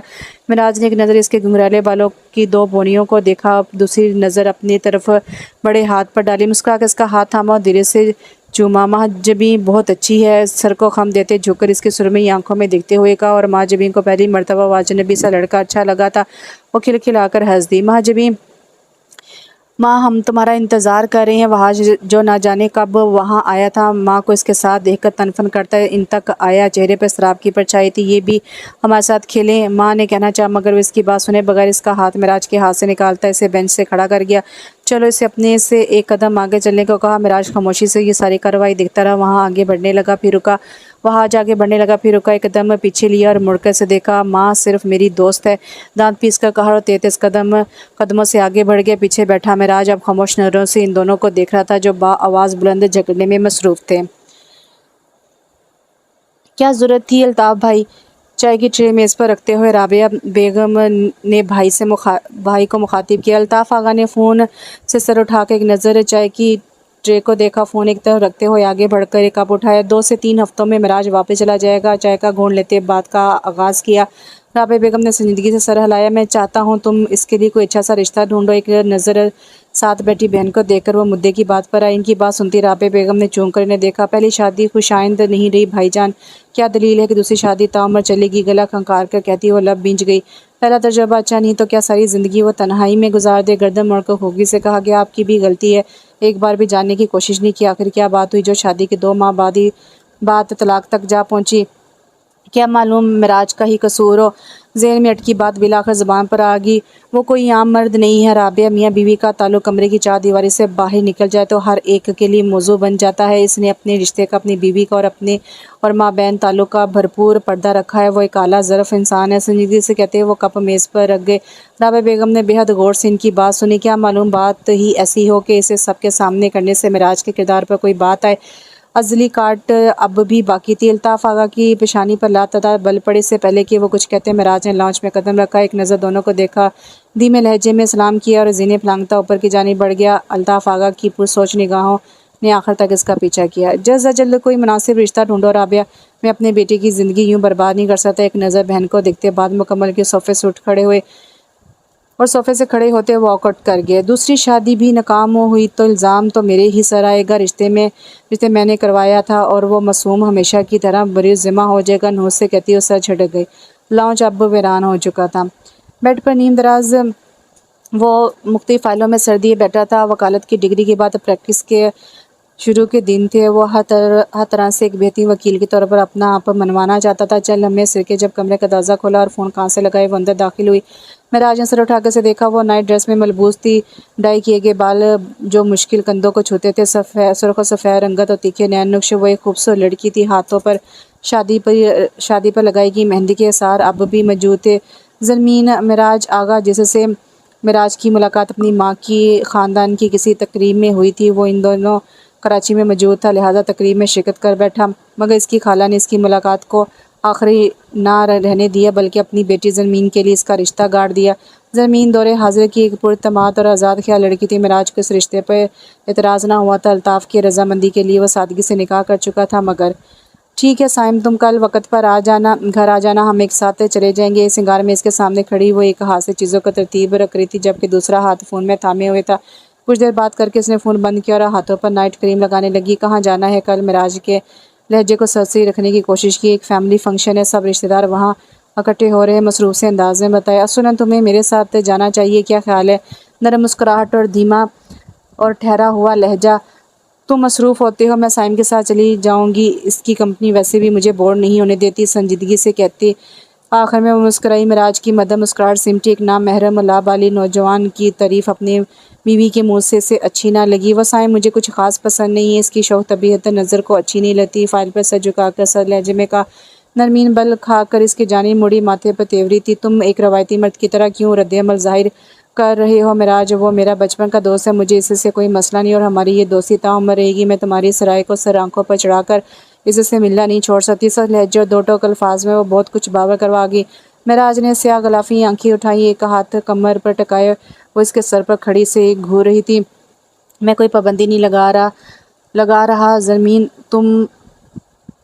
मगर तुम मेरी पसंद नापसंद का एहतराम करना चाहिए, जैसे मैं तुम्हारी हर पसंद को मद्देनज़र रखता हूँ। गुस्से का पैमाना यकदम चढ़ा मगर वो ज़ब्त का मुजाहरा करते लहजे को नरम रखते हुए बोला, मुझे तुम्हारी पसंद नापसंद में कोई इंटरेस्ट नहीं है। ये रोक टोक मेरा सांस बंद करती है, मुझे से सब की आदत नहीं है। बाल झड़कती हुई उसके सामने से हट गई। नहीं का मतलब नहीं, तुम कल इससे नहीं मिलोगी। नरमी इसकी डटाई पर गालिब हुई, मैं ज़रूर मिलूँगी। ढीठपन का मुजाहरा दोबारा किया गया और बहस लड़ाई में बदली जो कितनी ही देर जारी रही है। इन दोनों के माबैन साइम की मौजू पर पहली तकरार थी। इसके बाद ये झगड़ा आए रोज़ चलता रहता था, जिसका नतीजा बहुत बुरा निकलने वाला था। लाहौर शहर की रौनक मसाली थी। तारीख इमारत, सड़कों पर भागती गाड़ियाँ, रोज़गार की तलाश में इधर से उधर भागते लोग सा मुकम्मल था। वो दोनों एक साथ यूनिवर्सिटी से निकले। सफ़ेद रंग की करोला के पास आते ही माजबीन के कदमों को ब्रेक लगी। आज गाड़ी मैं चलाऊंगी, वह हाज को देखते हुए कुछ जोर से कहा। वह हाज का दरवाजे की जानिब बढ़ता हाथ रोका, नज़र उठा के से देखा जो अब तक करीब पहुंच चुकी थी और चाबी के लिए हाथ बढ़ाई खड़ी थी। मौत का एक वक्त मुय्यन है, मगर सच पूछो तो मैं अभी मरना नहीं चाहता। शक्ल पर बेचारगी तारी करते हुए कहा। माजबीन ने इसे एक तगड़ी घुरी से नवाजा और चाबी हाथ से छपटना चाहिए। वह हाज ने बरवकत हाथ पीछे किया। बाबा दोबारा गाड़ी नहीं देंगे माँ, जिद मत करो, टालना चाहा मगर मुकाबिल भी अपने नाम की एक थी। बड़ी बड़ी सुरमई आंखों में नमकीन पानी सा चमकने लगा। वह हाज ने ठटक के इसकी शम्मा की मानी धमकती आंखों में देखा। नफ़ी में सर हिला कर गहरा सांस भरा और चाबी इसके हवाले कर दी। माजबी ने मसनूई आंसू लम्हे में गायब हुए और वो लहराती हुई ड्राइविंग नशिस्त पर बैठी। आगा मेंशन में बहुत सी गाड़ियाँ थी, जदीद तर्ज की, महंगी और एक से एक बढ़कर गाड़ी, मगर इन दोनों मस्किनों के हिस्से अल्ताफ़ साहब ने पुराने मॉडल की वो सफ़ेद करोला ही की थी, क्योंकि इनकी लापरवाह तबीयत से वो अच्छी तरह वाकिफ़ थे। एहतियात से चलाना, वो तमाम रास्ते इस एक जुमले की ही तस्बीह करता रहा था। जबकि माँ जबीन इस वक्त का भरपूर तरीके से लुत्फ़ उठा रही थी। क्या ख्याल है किसी रेस्टोरेंट से अच्छा सा लंच कर लें? एक नज़र साथ बैठे लड़के को देखते हुए पूछा। वहाज ने चंद लम्हे रुक कर सोचा, फिर हामी भर ली। एक मुकामी रेस्टोरेंट के बाहर पहुंचती इसने गाड़ी पार्क करना चाहिए, मगर इस मामले वो नाड़ी थी। तुम उतरो, मैं पार्क करता हूँ, वहाज ने सुलह से कहा। बिल्कुल नहीं, मैं खुद करूँगी, ज़िद्दी अंदाज में कहती हुए स्टेयरिंग को मोड़ने लगी, मगर बुरा हुआ गाड़ी पार्क करते हुए वो एन पीछे मौजूद सीमेंट के ब्लॉक को ना देख पाई। नतीजन गाड़ी का पिछला हिस्सा जोर से इस ब्लॉक से टकराया। वो दोनों एक ज़बरदस्त झटका खाकर आगे हुए। दोनों ने सीधे होते चूंकि एक दूसरे की जानिब देखा। मामू बाबा दोनों की मुँह से बेसाख्ता निकला चेहरा अपना रंग छोड़ने लगा था। गाड़ी मैं चला रहा था, वहाज ने माथा मसलते हुए थूक निगल कर कहा। हाथ में मौजूद बैग पिछली नशिस्त पर तकरीबन फेंका और गाड़ी से बाहर निकला। घूमकर इसकी जानिब आया, दरवाज़ा खोला, लेकिन वहाज गाड़ी मैं चला। इसने हलकत करते हुए कुछ कहना चाहा, मगर वह बात काट गया। मैं कह रहा हूँ ना माँ, गाड़ी मैं चला रहा था, तहम्मुल से कहकर बेहद नरमी से इसका हाथ थामा और इसे बाहर निकाला। खुद ड्राइविंग सीट पर आ बैठा। माँ जबीन बोझे कदमों से दूसरी जानिब आकर बैठ गई। वो तुम्हें ज़्यादा डांटेंगे। गर्दन मोड़ के इसे देखा। आंसू अब की बार मसनूई नहीं थे। स्टीयरिंग पर चलता हाथ रुका, रुख इसकी जानिब मोड़ा, जबकि आंसू अब छलक चुके थे। वो होले से मुस्कुराया। तुम्हारी खातिर डांट खा लूँगा, अब दोस्त माना है, इतना भी ना करूँ तो डूब मरने का मुकाम है। इसकी बात सुनती माँ जबीन के आंसू में रवानी आ गई। इसमें इतना रोने वाली क्या बात है माँ, चुप हो जा, मलामियत से कहते हाथ बढ़ाकर इसके तर चेहरे को साफ किया। माँ ने नज़र उठाकर से देखा। बस कर दो, अब मेरे डर जाने के इम्कानात बढ़ते जा रहे हैं, शाह से कहता वो मदम सा हंसा। माजबी ने एक मुक्का इसके कंधे पर रसीद किया और सर झटक कर खिड़की की जानिब रुख मोड़ गई। वो मुस्कुराता हुआ गाड़ी स्टार्ट कर चुका था। ऐसे हसीन लम्हात के लिए वो 100 दफ़ा भी इसकी गलती अपने सर ले सकता था। वो सब इस वक्त आगा मेंशन के लॉन्च में बैठे थे जब अल्ताफ़ आगा वहाँ दाखिल हुए। चेहरे के तासुरात तने हुए थे, पेशानी पर बल थे। गाड़ी कौन लेकर गया था? सर्द आवाज़ में पूछा। वहाज और माजबीन के कान एक साथ खड़े हुए। चोर नज़रों से इन्हें देखा, जो पहले ही दोनों को नज़रों के सार में लिए हुए थे। वहाज ने बेख्तियार थूक निकला। क्या हुआ बाबा? मासूम सूरत बनाए हुए पूछा। ये मेरे सवाल का जवाब नहीं। वो बख्शने के मूड में हरगिज़ नहीं थे। राबे बेगम ने सवाल नज़रों से साथ बैठी सुंबल को देखा। वो लालमी का ज़ाहिर कर दी कंधे चागी। हम दोनों लेकर गए थे मामू, माजबी ने हमवार लहजे में कहा। तभी मिराज जीने उतरता वहाँ आया और हैरानी से सबको देखता मामला समझने की कोशिश करने लगा। ड्राइव कौन कर रहा था? अगला सवाल। रिलैक्स बाबा, सब ठीक, इतनी बड़ी बात? वहाज ने सोफे से उठकर इनके करीब आते कुछ कहना चाहा, मगर वो बात काट गए। मेरे सवाल का जवाब दो बरखुरदार। माजबी ने कुछ कहने के लिए लब खोले, मगर वहाज से पहले बोल पड़ा। मैं चला रहा था, एक नज़र माँ को देखते हुए जवाब दिया। अल्ताफ़ साहब के जबड़े बींच के, अब माफ़ी की गुंजाइश बाकी नहीं थी। एक नहायत बेवकूफ़ इंसान हो तुम, अंदाज़ा भी है तुम्हारी लापरवाही की वजह से क्या हो सकता था। तुम्हारे साथ बैठी मेरी भांजी ज़ख्मी हो सकती थी, इसके बाद मैं तुम्हारा क्या हाशिया करता। कहते ही वो जहराना अंदाज में इसके जाने बड़े। जब करीब खड़ा मिराज यकदम इन दोनों के दरमियान आया। क्या करें हैं बाबा, वो दोनों बिल्कुल सलामत है, बच्चों से ऐसी गलतियां हो जाती हैं, धीमे लहजे में बात संभालना चाहिए। वहाज ने बेतासुर चेहरे के साथ अपने सामने खड़े इस मर्द की पुष्ट को देखा, जो कद में इससे 1 इंच लंबा था। मजबूत जिसामत और कीमती कलोन की महक जो करीब आने पर ज़्यादा महसूस हो रही थी। ये मेरा और मेरे बाबा का मामला है, आपको दखलंदाजी ज़ेब नहीं देती मिराज साहब। सर लहजे में चबा चबा कर कारो इसके पीछे से हटता इसके बराबर आ खड़ा हुआ, मगर इसके अल्फाज अल्ताफ़ आगा को तैश दिलाने के लिए काफ़ी थे। वो एक कदम आगे बढ़ते इसके चेहरे पर एक सन्नाटेदार थप्पड़ बरसा गए। ये एक अचानक और गैर मुतवक्को अमल था। बाबा प्लीज़। मिराज एक मर्तबा फिर दरमियान में आए। माजबीन एक तरफ खड़ी सुरमई आंखों में आंसू लिए इसे देख रही थी, जिसने एक मर्तबा भी इसका नाम नहीं लिया था बल्कि थप्पड़ खा लेने को तरजीह दी थी। जो आप चाहते थे वो हो गया, मुबारक हो आपको, तनफ़ुर से कहता वो सुर्ख अंगारा आंखें लिए जीनों की जानिब बढ़ गया। पीछे खड़े मिराज ने अफसोस से इसकी पुश्त को देखा। वो इस कदर बदगुमान क्यों था? आखिर दिमाग ठिकाने लगाने की ज़रूरत है। बस दबे दबे लहजे में कहते अल्ताफ़ साहब सोफे पर ढह गए। सुंबल और राबिया बेगम इनके साथ आ बैठी। मिराज ने एक नज़र इन्हें देखा, मुड़कर दूसरी नज़र माजबी पर डाली जो सर झुकाए आंसू बहा रही थी। वो कदम कदम चलता इसके करीब आया। माजबी ने आंसू के समुंदर से लबरेज आंखें उठाकर से देखा। गाड़ी तुम चला रही थी? आवाज़ मदम थी कि सिर्फ माजबीन ही सुन पाई। इसकी आंखों में लम्हे भर के लिए बेयकीनी पैदा हुई। जी। वो फिर से सर झुका आगे। रिलैक्स, कोई बात नहीं, ऐसा हो जाता है। इसके घुंघराले बालों से ढके सर पर होले से हाथ रखकर थपथपाया। चंद लम्हे से दिखता रहा, फिर मुड़ गया। माजबी ने सर उठाकर इसकी चौड़ी पुश्त को देखा और नम आंखों से मुस्कुरा दी। अब वो यूं तसल्ली देगा तो इस बेवकूफ़ लड़की का क्या बनेगा? क्या करते हैं बाबा, वो अभी छोटा है। इसके पैरों को दबाते हुए लामे से कहा, लहजा धीमा नामवार था। ऐसी गलतियों पर छूट नहीं देते वरना बच्चों को आदत हो जाती है बार बार ऐसी गलतियां दोहराने की। बेड पर नीम दराज इसके घने बालों को देखते हुए बोले, जो माथे पर बिखरे पड़े थे। वो एक समझदार इंसान है, आपको कभी मायूस नहीं करेगा। बालों को एक झटके से पीछे हटाते कहा, अंदाज अभी तक नरमी अपनाए हुए था, तुम्हारे दिल में इसके लिए इस कदर अपनायत क्यों है मिराज? वो तो तुम्हारी शक्ल तक देखने का रवादार नहीं है। इनकी सुरमई आंखों में अब की फिक्रमंदी तैरने लगी। इसका महज एक ही जवाब है बाबा से आंखें उठा के ने देखा। वो मेरा भाई है। नजरें दोबारा झुकाते पैर दबाने लगा। नाबिल अब मुस्कुरा रहे थे। वो तुम्हें भाई नहीं मानता, अल्फाज पर जोर देते याद दिलाया गया था। आप जानते हैं जब मैं यहाँ आया था वो एक चेहरा जिसे देखकर मुझे सबसे ज़्यादा अपनेपन का एहसास हुआ था, वो वहाज का चेहरा था। इसकी आंखें बिल्कुल मेरी जैसी, इसकी जिसामत, अंदाज, चाल ढाल मुझसे सब मुझसे मेल खाता है। और जब वो मेरा भाई है तो आप बताइए मैं कैसे इससे मोहब्बत ना करूं, कैसे इससे उनसियत महसूस ना करूं? मुस्कुराते हुए कह रहा था। अल्ताफ़ साहब का इस्तराब बढ़ता जा रहा था। इससे बेलौस मोहब्बत के बदले शायद कभी जो हमें मोहब्बत नहीं मिल सकती थी। खैर, शादी के बारे में क्या सोचा है फिर तुमने? बेचैनी को कम करने की गर्ज से वो मौजू बदल के, मैं ऐसा कुछ नहीं सोचता जिससे मुझे बेसुकूनी महसूस हो। मुस्कुरा समेटते संजीदगी से कहा, तो क्या सारी ज़िंदगी अकेले गुजार दोगे? लहजे में खूबगी थी। नामुमकिन तो नहीं। देखिए अब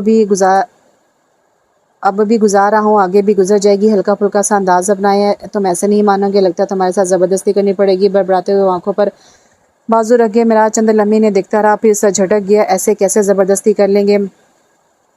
अपने कमरे की बिस्तर बैठा हुआ सर झुकाए बेडशीट के नक्श और निगार को घो रहा था। वजूद वही था, मगर जहन और इसमें बसने वाली लातदार सोचों के धागे कहीं और जुड़ते जा रहे थे। कितनी मरतबा कहा है वहाँ जो ग्राउंड में ध्यान से खेला करो, गुस्से से डांटती इसकी माँ, मगर इतनी ही मलामियत से घुटने पर मौजूद जख्म पर मरहम लगा रही थी। 6 साल वहाँ इनकी हरकत करते हाथों को देखता बस आंसू बहाया जा रहा था। मैं खुद नहीं गिरा, अब्दुल्ला ने धक्का दिया था। जुकाम ज़दा सांस अंदर खींच कर मैंने मना कर कहा। नरमी ने झुके सर के साथ नजर उठा कर से देखा, फिर मुस्कुरा के करीब हुई और हाथ बढ़ाकर इसका तर चेहरा साफ करने लगी। आपने जवाब में से दिखा दिया? नरमी से पूछा। वहाज ने गोल मटोल से आंखें उठा के ने देखा और नफ़ी में सर हिला गया। वो गहरी मुस्कुराहट के साथ के माथे से बाल हटाती इसकी पेशानी चूम गई। एक आंसू आंख से निकलकर बेड पर धीरे से हाथ पर गिर गया। ऐन इसी लम्हे दरवाजे पर दस्तक हुई और वो छोटे छोटे कदमों से अंदर दाखिल हुई।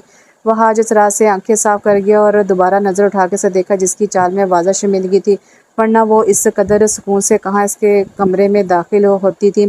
क्या काम है? इसे तंग करने की नीयत से लापरवाह से अंदाज में कहा। माजबी ने सुरमई आंखों से इसे गोरा मगर सही तरीके से घूर भी न सकी और आगे बढ़ती इसके सामने बैठ के सर झुकाकर इसके हाथों को देखने लगी। यकीन जानो बहुत ढीठ हो तुम। इसके चेहरे को गहरी नज़रों से देखते हुए कहा। माँ ने फौरन सर उठाया, तभी नज़र इसके दाएं गाल पर पड़ी जहाँ उंगलियों के निशान कुछ वाज़ह रहे थे। वो हिस्सा बाकी चेहरे के मुकाबले सुर्ख था। वो बेचैन सी बस होंठ काट कर रहेगी। थप्पड़ ज़ोर से लगा है।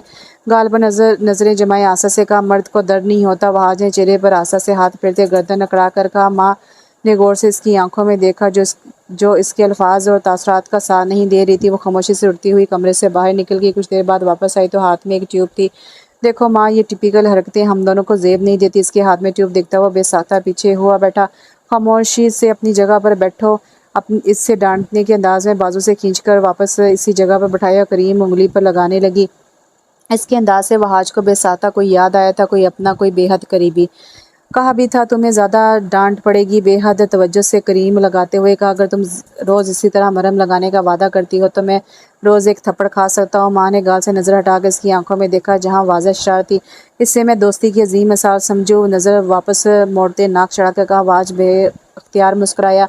मोहब्बत की अजीम मिसाल भी समझ सकती हो। वो आवाज़ मुस्कुराती हुई थी। माँ का हरकत करता हाथ एक लम्हे के लिए थमा। इसके लहजे की गहराई इसने अंदर तक महसूस की थी। वो सर झटक कर रह गई।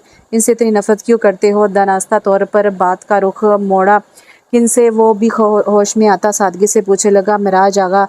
नामदावा। वहाज ने बड़े गौर से इसके होंठों की जनिश देखी। आवाज़ से ज़्यादा लहजे में कुछ ऐसा था जिसने मुकाबिल को पहलू बदलने पर मजबूर कर दिया। बड़े हैं तुमसे भाई कहा करो। हमेशा की बात एक मरतबा फिर दोहराएगी, भाई कहा करो। माँ जबीन इसी के अंदाज में इसका जुमला दोहराया हूँ कहती पीछे हट गई। इसके अंदाज पर वो ना चाहते हुए मुस्कुरा दी और कोनी घुटने पर टकाए चेहरे के नीचे हाथ रखे फुर्सत से इससे देखने लगा। जानता था अब वो ज़रूर चिढ़ जाएगी। अजीब इंसान हो तुम। अच्छा ही हुआ जो एक थप्पड़ तोहफे में मिल गया। इसके देखने के अंदाज पर खूबी से इसे घूरती अपनी जगह से खड़ी हुई। वो पास पड़ा तकिया इसके जानिब उछाल की। वहाज तकिया बर वक़्त थामते इससे दिल जब जलाने वाली मुस्कुराहट से देने लगा। मामू से माफ़ी मांग लेना। कमरे से निकलते ये अल्फाज थे जो कमरे की फ़िज़ा में गूंजे और फिर एकदम सन्नाटा छा गया। वो कितनी देर मुस्कुराते दरवाजे को तकता रहा जिसके पीछे वो गायब हो चुकी थी। सुबह का उजाला हर सू फैल चुका था। सूरज आसमान पर चमचमा रहा था। फजर की बाद पुरसकून और वक्त हवा सांप को ताजगी बख्श रही थी। परिंदे रोज़ी की तलाश में इधर से उधर हवा को चीरते उड़ रहे थे। स्याह ट्राउज़र शर्ट के साथ स्याह ही जॉगर्स पहने वो दाखिली गेट से अंदर आया और लॉन में लगी कुर्सियों में से एक पर आन बैठा। सांस कदरे तेज़ था और स्याह बाल पसीने की वजह से पेशानी पर चिपक चुके थे। वो कुछ देर बेमकसद ही सामने लगे पीपल के दरख्त को देखता रहा। कभी इसके नीचे लकड़ी का एक बेंच हुआ करता था जहाँ बैठकर वो वहाज और माँ जबी को घंटों बैठकर देखा करता था। अपने माजी को सोचता तो कभी अपनी माँ को याद करके आंसू भी बहा लेता। सुबह बखैर नस्वानी आवाज़ पर वो यकदम चौंका। आवाज़ अकब से आई थी। इसने मुड़कर अपने अकब में देखा जहाँ वो स्याह दुपट्टा हजाब के सोतोड़े इसकी कुर्सी की पुश्त पर हाथ जमाए खड़ी थी। सुबह बखैर मदम आवाज़ में सर हिलाकर जवाब दिया और रुख वापस मुड़ गया। वो माँ जबीन से हमेशा लिया दिया सा मामला रहता था और यही दामन तही माँ जबीन को इसकी शख्सियत में मज़ीद इंटरेस्ट लेने पर उकसाती थी।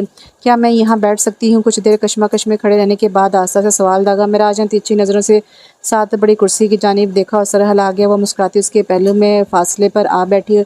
अब इसका चेहरा वाज़ा देख सकती थी। सर कदरे झुका रखा था। गीले बाल माथे को छू रहे थे। संजीदा तासरात और सहरंगेज शख्सियत। पढ़ाई कैसी जा रही है? खामोशी और इसकी नज़रों की तपिश महसूस करते हुए एक नज़र से देखता सवाल कर गया। बेहतरीन मुस्कुराकर जवाब दिया। पुरशौक निगाहें इसके चेहरे के तौर में मगन थी। अच्छा ही था जो वो इसे देखकर बात नहीं करता था। यूँ वो बासानी इसके चेहरे को देखकर हर बात किया कर जाया करती थी। इसके बाद क्या करना है? बाल पेशानी से हटाते हुए पूछा। शादी बेसाख्ता माजबी के मुँह से निकला। मिराज ने चौंक कर गर्दन मोड़े से देखा। से आंखों में हैरत वाज़े और फिर वो यकदम हंस दिया। भारी आवाज़ कहकी की सूरत में इस कदर दिल फरेब थी कि महाजबी अपनी जगह पर साकत रह गई। सुरमई आंखें इस एक मंजर पर जम सी गई थी। दिल रफ्तार से कई गुना तेज़ धड़कने लगा। इसे लगा वो किसी मुजस्मे की मान में ढह जाएगी। वो नज़रें हटाना चाहती थी मगर दिल ने इजाज़त न दी। आप हंसते हुए बहुत अच्छे लगते हैं। किसी ट्रांस की इसी कैफियत में इसकी ज़बान से अल्फाज अदा हुए। मिराज ने अपनी हंसी समेटी। अब वो मुस्कुराते हुए इश्तियाक से इसे देखने लगा। इन सुरमई आंखों में अपने लिए इस लम्हे पैदा होने वाली पसंदगी वाज़ेह महसूस हो रही थी। वो लड़की इसके सामने अपने जज्बात छुपाने में नाकाम ठहरी थी। वो एक गहरा सांस भरकर निगाहों का जावे बदल गया। आपको स्याह रंग बहुत पसंद है। अंदाज अभी अपनी अंदर दीवानगी समेटे हुए था। तुम्हें ऐसा क्यों लगा? दिलचस्पी से पूछा गया। खोल एकदम सुकड़ने लगा। आपकी शख्सियत में स्याह रंग सबसे नुमाया है। सादगी से बताया गया। मुझे सुरमई रंग ज़्यादा पसंद है। गहरी नज़र इसके चेहरे पर डालते हुए कहा। लेकिन ओह, मामू की आंखों का रंग सुरमई है इसलिए उलझन से इसे देखती वो यकदम समझने के अंदाज में सर लागी। मिराज पहली मर्तबा इसे देखकर गहरा मुस्कुराया। सर को झुकाकर हौले से इस बात में सर लाया और सामने लगे पीपल के दरख्त को देखने लगा। महाजबी ने एक हसरत भरी सांस खारिज की। यहाँ से बेंच किसने उठाया? कुछ याद आने पर पूछा वहाज ने। महाजबी की नज़र भी अब इस दरख्त पर थी। क्यों? मुस्कुराहट ख़त्म हुई थी। इसका कहना था कि मुझे ये यहाँ बिल्कुल पसंद नहीं है। पुराना हो चुका है। वहाज के अल्फाज उड़ाए। मिराज को दिल के किसी खाने में तकलीफ़ का एहसास उभरा। वो बोझा सांस खारिज करता इस मंजर से भी नज़रें हटा गया। महाजबीन अंदर आओ। राबे बेगम की आवाज़ पर वो दोनों चूके। माँ ने मुंह बसूर कर एक नज़र दरवाजे के साथ खड़ी माँ को देखा, दूसरी नज़र मिराज पर डाली जो खुद उठने की तैयारी में था। वो ना चाहते हुए भी वहाँ से उठकर अंदर कहीं गायब हो गई।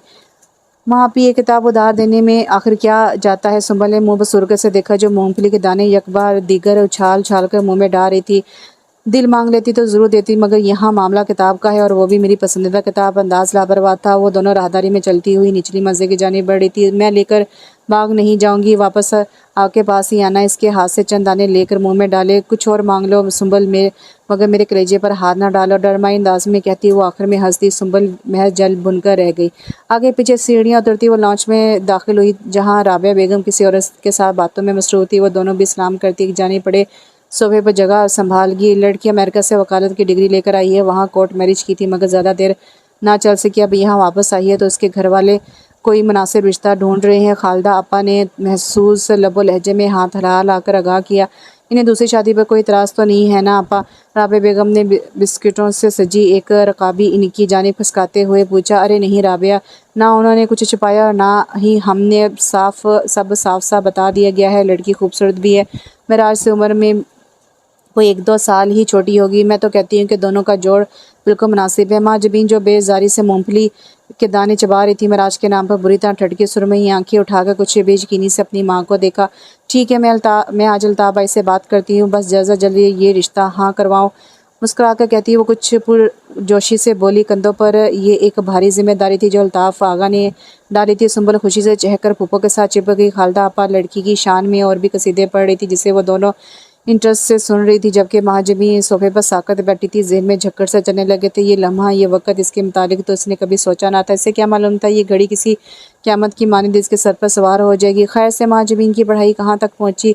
तोपा का रुखा अब महाजबीन की जानिब था। इसने गायब दमागी से सर उठाकर ने देखा।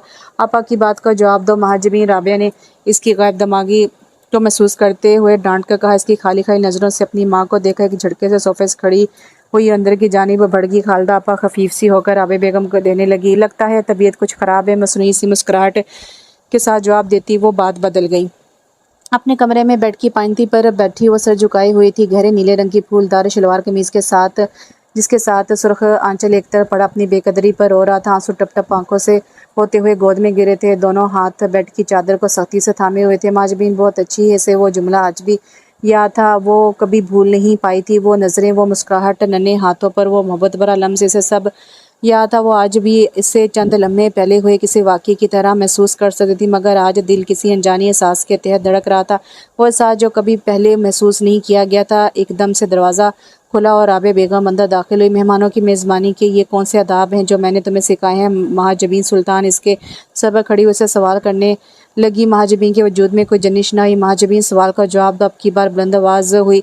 महाजबीन ने हौले से सर उठाकर देखा। सुरमई कटोरे नमकीन पानी से भरे हुए थे। राबे बेगम चटकी। क्या हुआ है माँ? लहजा खुद ब खुद नरम होता चला गया। वो आगे बढ़ते उनसे लिपट कर रोने लगी। राबे बेगम आप परेशानी से इसके बुरे बात सलाह रही थी। वो ऐसे तो कभी नहीं रोई थी जैसे अब रो रही थी। माँ बेटे मुझे बताओ क्या हुआ है? किसी ने कुछ कहा? इसका चेहरा ऊपर करते प्यार से पूछा। अलबत्ता इनकी अपनी चेहरे पर इस्तराब छा रहा था। मुझे मुझे मेराज से शादी करनी है, मैं इनसे मोहब्बत करती हूँ, ज़ुकामज़दा बोझल आवाज़ में कहा और गोया धमाका कर दिया।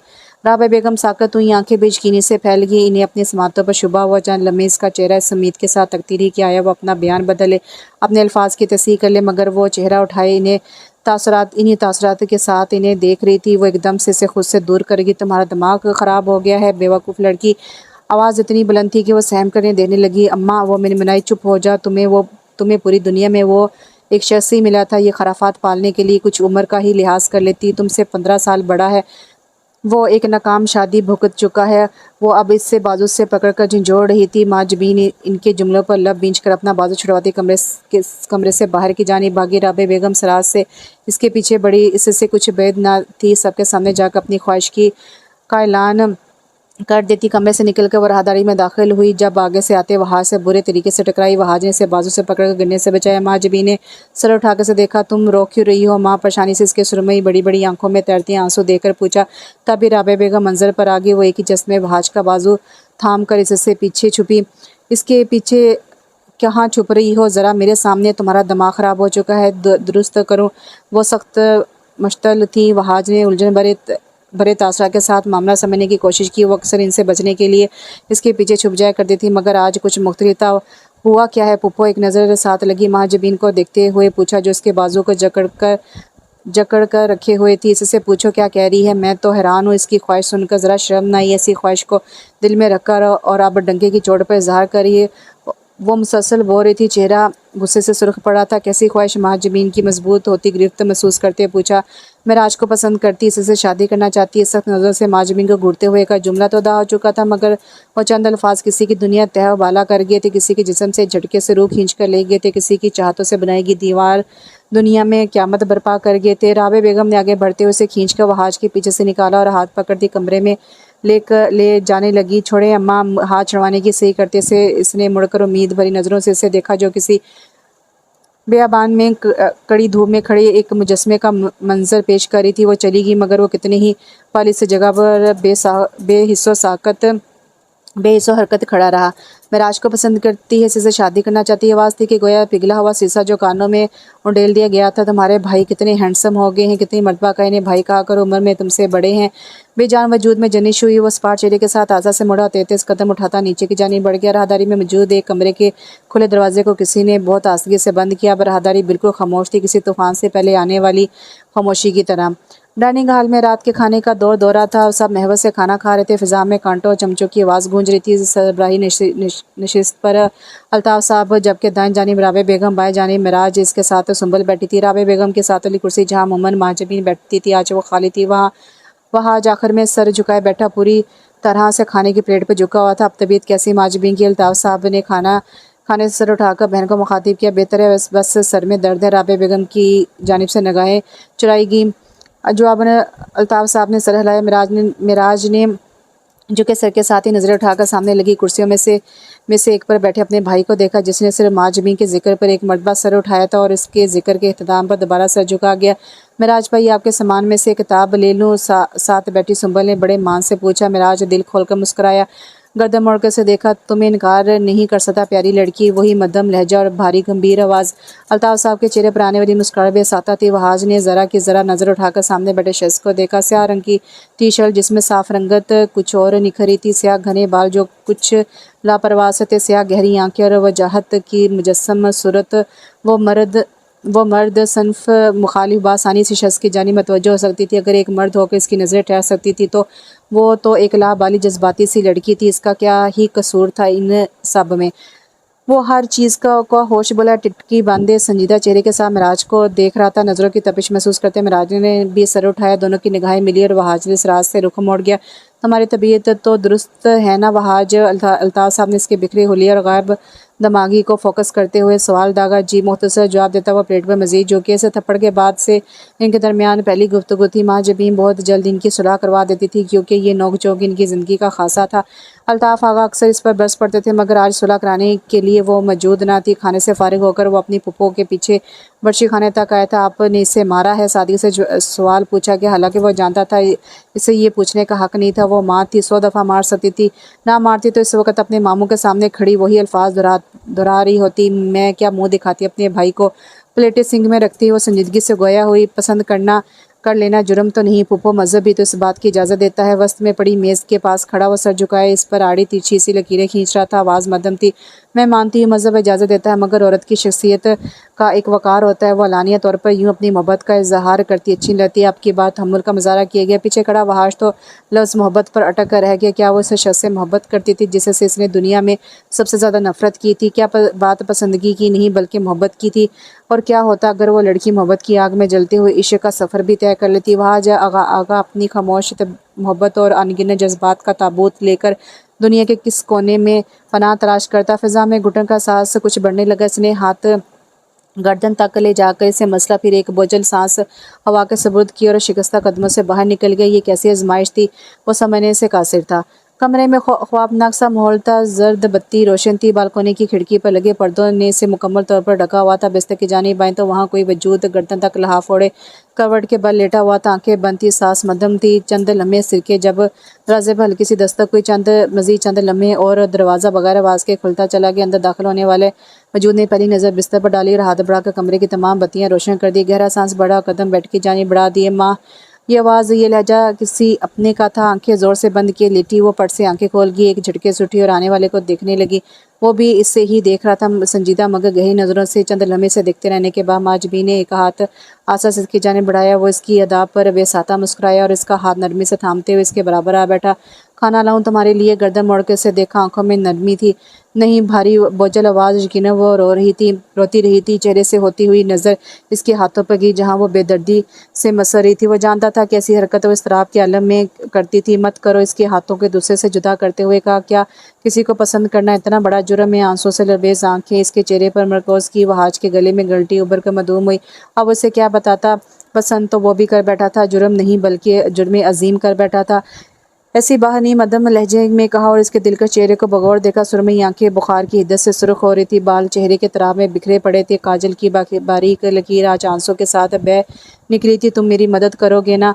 जब वो तुमसे मोहब्बत करते हैं तुम इनको मना लो, वो मुझसे शादी कर ले। मैं वो तेजी से बोलते कि लम्हे के लिए रुकी, मैं इनके बगैर नहीं रह सकती, थके हुए लहजे में कहा और इसके कंधे पर सर रखती रोने लगी। वहाँ जागा को आज इस वक्त से इस लम्हे शिद्दत से एहसास हुआ था कि सब्र क्या था। 3 हरूफ पर मुश्तमिल ये एक लफ्ज़ किस कदर वज़न रखता था। क्यों सब्र करना इतना घटन था और क्यों इसका अजर इतना ज़्यादा था। सब ठीक हो जाएगा। इसके हाथ पर दबाव बढ़ाते बड़े ज़ब्त से तसल्ली दी, जबकि दिल हर गुजरते लम्हे के साथ कई हिस्सों में तकसीम हो रहा था। इसकी अपनी आंखें किसी लम्हे नम हुई, इससे खुद भी अंदाज़ा ना हुआ। वो हिचकियों से रो रही थी, तकलीफ व हाज को इससे ज़्यादा महसूस हो रही थी। चंद घड़ियाँ आगे सिरकी जब इसे अपने दाएं बाजू पर गर्म सांसें महसूस हुई। गर्दन मोड़े झुका कर इसे देखा तो वो सो चुकी थी। वो कई लम्हे यूं ही इसकी बंद आंखों को देखता रहा, फिर अपने वजूद को जनिश देते इसके सर को तकिए पर मुंतकिल किया, बेड से उतरा और मुड़ के इस पर लिहाफ दुरुस्त किया, एक आखिरी नज़र इसके चेहरे पर डाली और कमरे से बाहर निकल गया। कमरे में एक मरतबा फिर ख्वाबनाक माहौल बन चुका था। दिसंबर का महीना था, सर्दी जोर पकड़ चुकी थी। कराची का रोशनियों से भरा शहर रात के वक्त मजीद रोशनी में बिखरा था। इसी शहर की खूबसूरत और शानदार अपार्टमेंट के जानिब आए, जहाँ तमाम काम निपटा के वो थके कदमों से कमरे में दाखिल हुआ। नज़र सीधी ज़मीन पर पड़ी जो आईने के सामने खड़ी कानों को भारी झुमकों से ज़ाद कर रही थी। वो बेख्तियार मुस्कुराया। चलते चलते इसकी ऐन पीछे खड़ा हुआ, आईने में इसका और अपना अक्स देखा। वो दोनों जाज़बे नज़र लग रहे थे। कितनी ही लम्हे खामोशी के हवाले हुए वो आंखों ही से इसे नहाता रहा, फिर आगे बढ़ा और इसे अपने हसार में ले गया। थोड़ी इसके कंधे पर टकाई, बहुत खूबसूरत लग रही हो। गंभीर बारी आवाज़ में सरगोशी की। ज़मीन यूं ही अपने काम में मसरूफ़ रही, हाथों से चूड़ियाँ उतारने लगी। वो दोनों कुछ ही देर पहले ज़मीन के भाई की शादी से वापस लौटे थे। लाओ मैं उतार देता हूँ। इसे चूड़ियाँ उतारता देखकर हाथ बढ़ा के इसके हाथ थाम लिए और नरमी से चूड़ियाँ उतारने लगा। अब वो नज़रें उठाए संजीदगी से इसका अक्सर देख रही थी, जिसके चेहरे पर मध्यम मुस्कुराहट थी, अंदाज मसरूफ़ था। जल से सेट किए बाल अब बिखर गए थे। स्याह 3 पीस सूट जिसका कोट वो उतार चुका था और अब वो सफ़ेद ड्रेस शर्ट में मलबूस था। कफ कोने तक मोड़ रखे थे। वो इस कदर वजीहा था कि इससे नज़र हटाना एक मुश्किल अमर था। क्या देख रही हो? नज़रों का तकाज़ महसूस करते हुए पूछा। तुम एक खूबसूरत मर्द हो। वो किसी ट्रांस की कैफे में बोली। तारीफ़ के लिए शुक्रिया। बीवी के मुँह से ऐसे जुमले ज़्यादा अच्छे लगते हैं। वो अब इसके हाथों की पुश्त को चूम रहा था। लेकिन तुम्हारा दिल खूबसूरत नहीं है। अगला जुमला अदा हुआ। मिराज की मुस्कुराहट मधुम हुई। नज़र उठा के इसे देखा और संजीदगी से इसे देख रही थी। इसने नरमी से इसके हाथ छोड़ दिए और सामने से हट गया। कदम बाथरूम की जानिब बढ़ाए। जब इसे की तीखी आवाज़ कानों तक पहुंची। तुमने आज साइम के साथ अच्छा सलूक नहीं किया। इसे नज़रअंदाज करके क्या साबित करना चाहते थे? तुम्हें अंदाज़ा नहीं है कि मुझे किस कदर शर्मिंदगी का सामना करना पड़ा। माथे पर हज़ारों बल डाले उसे कहने लगी। मिराज एड़ियों के बल पीछे मुड़ा। मैंने नहीं, इसने मुझे नज़रअंदाज किया। 2 कदमों का फासला मिटाकर इसके सामने, तुम्हारे लिए अपने शोर से ज़्यादा वो दोस्त अहम नहीं होना चाहिए। लहजे में सख्ती नहीं थी, सर्दपन था।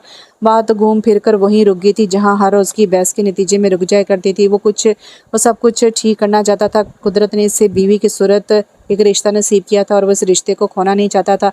मेरे लिए वो तुमसे ज़्यादा अहम है क्योंकि वो मेरी इज़्ज़त करता है, मेरी हर बात का मान रखता है। वो तैश के आलम में चीखी। क्या मैं तुम्हारी इज्जत नहीं करता? क्या मेरी नज़रों में तुम्हारे लिए एहतराम नहीं? वो इसकी बात पर चूंका, फिर हैरत से आंखें फिराए से सवाल करने लगा। मुझे कभी वो एहतराम महसूस नहीं हुआ। सर झटकन होसे कहा। मिराज ने अफसोस से इसे देखा। वो बगैर किसी मकसद के से लड़ रही थी। आखिर वो चाहती क्या थी? क्या चाहती हो? मैं रोज़ के इस झगड़े से तंग आ गया हूँ। मैं एक गैरतमंद और बाइज़्ज़त मर्द हूँ और इतना आज़ाद ख्याल हरगिज़ नहीं हूँ कि अपनी बीवी के मुँह से एक नामहरम के शान में कसीदत सुन सकूँ। वो साफ अल्फाज में बात करने लगा। इससे गैरतमंदी नहीं कहते बल्कि ये तुम्हारे दिमाग की गंदगी है। ज़रमीन मिराज इसके चेहरे पर झुका से दोनों बाजों से जकड़े हुए इसकी आंखों में आंखें डाले, सर्द लहजे में फंकारा। इन दो अल्फाज से बहुत कुछ बावर करवाया। इन अल्फाज के मायने पर जोर दिया। इसकी नज़रों पर वो खाइफ होती इधर उधर देखने लगी। स्याह गहरी आंखें इस पुरएतमाद लड़की को हड़बड़ाने पर मजबूर कर गई। मुझे तुम्हारे साथ नहीं रहना, मध्यम आवाज़ और सीधा सा जुमला था। महराज जो इसकी आंखों में अपनी आंखें गाड़ी से सर्द तासरात के साथ घूरा, तैसे अपनी समातों पर शुबा हुआ। वो एकदम पीछे हटता बेचकीने से देखने लगा। बाजू खुद ब खुद आज़ाद हो गए। साइम मुझे प्रपोज कर चुका है, वो मुझसे शादी करना चाहता है। मजीद इजाफा किया और पहली मर्तबा सामने खड़े मर्द की आंखों में सुर्खी उतरने लगी थी। जबड़े सख्ती से बींच के आगे बढ़ते उसकी कलाई थामी और घुमा के इसकी पुश्त अपने सीने से लगाई। इसकी शफाफ गर्दन जिसमें नफीस चेन थी, इसे अपने बाजू के शिकंजे में लिया और अपना गाल इसके सर के साथ जोड़ लिया। तुम्हारी बात नाकाबिले बर्दाश्त है जरमीन, क्या ही हो जाए अगर मैं गिरफ्त मजबूत करके तुम्हारी सांसें रोक दूं। आवाज़ इस कदर सर थी कि ज़मीन की रीढ़ की हड्डी में सनसनाहट दौड़ गई। महराज मैं बीवी हूँ तुम्हारी, लड़खड़ाते लहजे में बामुश्किल कहा। गर्दन के गिर्द बाजू को गिरफ्त मजबूत हो रही थी। महराज एकदम रुका। ये वो क्या कर रहा था? ऐसा कदम उठा लेता तो अपने बाप का सामना कैसे कर पाता? अपने भाई के लिए क्या ही मसाइल कायम करता? वो एक झटके से छोड़ता, एकदम रुख मोड़कर गहरे सांस भरने लगा। इश्तियाल था कि बढ़ता जा रहा था। इसकी बीवी इसके सामने किसी दूसरे मर्द की अपने लिए पसंदगी का इकरार कर रही थी। बात नाकाबिले बर्दाश्त ही तो थी। तुमने जवाब नहीं दिया। झटके से संभलती ज़मीन ने खामोशी के वक्फे को तवील होता देखकर पूछा, गोया अब भी हार ना मानी? दफ़ा हो जाओ। हल्की आवाज़। महराज मैं दफ़ा हो जब की बार मुड़कर वो सुर्ख चेहरे के साथ दाड़ा ज़मीन सहम का 2 कदम पीछे हटी। महराज का ये रुख इसने इन 2 माह में कभी ना देखा था। वो बेख्तियार इससे खौफ खाने लगी। वो मर्द था, गुस्से में कुछ भी कर सकता था। कदम आगे बढ़ाती वो इसके साथ से होती तकरीबन भागती हुई कमरे से निकल गई। वो दिन इसके बाद इनकी मुलाकात नहीं हुई। इसके घर वाले मुसलसल तलाक का मुतालबा करते रहे। बिल आखिर तंग आकर महराज ने ये मुश्किल फ़ैसला लिया और तलाक के कागजात इसके घर भिजवा दिए। वो जानता था कि इसकी साबका बीवी मौका मिलती इसे साइम नामी बिला से निकाह कर चुकी होगी। ये वो दिन था जब कागजात पर दस्तखत करते वही पहली मरतबा महराज आगा की आंख से आंसू निकला था। दिल में दर्द की टीस उठी थी। वो एक मरतबा टूटकर बिखर गया था। पूरे कमरे में सिगरेट का धुआं फैल चुका था। वो कुर्सी पर बेतरतीब सा बैठा कशपकश ले रहा था। माजी की यादें आज एक मरतबा फिर जहन के पन्नों कोनों से निकलकर मंजर आम पर आने लगी थी। इसका सबूत इस्तराब के आलम में अंदर उतरता वो धुआं था जो दिल की दुनिया को जला कर राख कर रहा था। चल लम्हे सिरके वो यूं ही बैठा छत को तकता रहा। जब यकदम कमरे का दरवाज़ा खोला, उसने चूक कर इस तरह अंदर दाखिल होने वाले शख्स को देखा। मैंने समझा था कि तू है तो दरख्शां है हया, तेरा गम है तो गमे दहर का झगड़ा क्या है तेरी सूरत से? आलम में बहारों को सबा तेरी आंखों के सिवा दुनिया में रखा क्या है? तू जो मिल जाए तो तकदीर नगो हो जाए। यूँ ना था मैंने फ़कत चाहा था यूँ हो जाए। और भी दुख हैं ज़माने में मोहब्बत के सिवा, राहतें और भी हैं वसल की राहत के सिवा। वो गहरी नींद में थी। कमरे की खामोशी फ़िज़ा में गूंजती इसकी बाहरी सांसों की आवाज़ इसका पता बता रही थी। पर्दे बराबर थे और एसी की कूलिंग से कमरा ठंडा पड़ रहा था। चंद लम्हे बीते जब वो झटके से उठ बैठी। हड़बड़ा कर देखा वो अपने कमरे में थी। माथे पर हाथ फेंक पसीने के चंद कतरे साफ किए, लिहाफ उतार कर एक तरफ किया और चपड़ रेस्ती कमरे के दरवाजे की जानी बड़ी अंदाज में इसरा वाज़ह था। राहदारी में दाखिल होती इसके कदम में एक कमरे की जानी थे जहाँ रुक कर इसने दम लिए बगैर दस्तक दिए दरवाजे के हैंडल पर हाथ रखा और खोल कर अंदर दाखिल हुई। सामने ही वो कमरे में मौजूद एक तरफ कुर्सी पर बैठा था। इसे देखकर चौंका और बेख्तियार सीधा हुआ।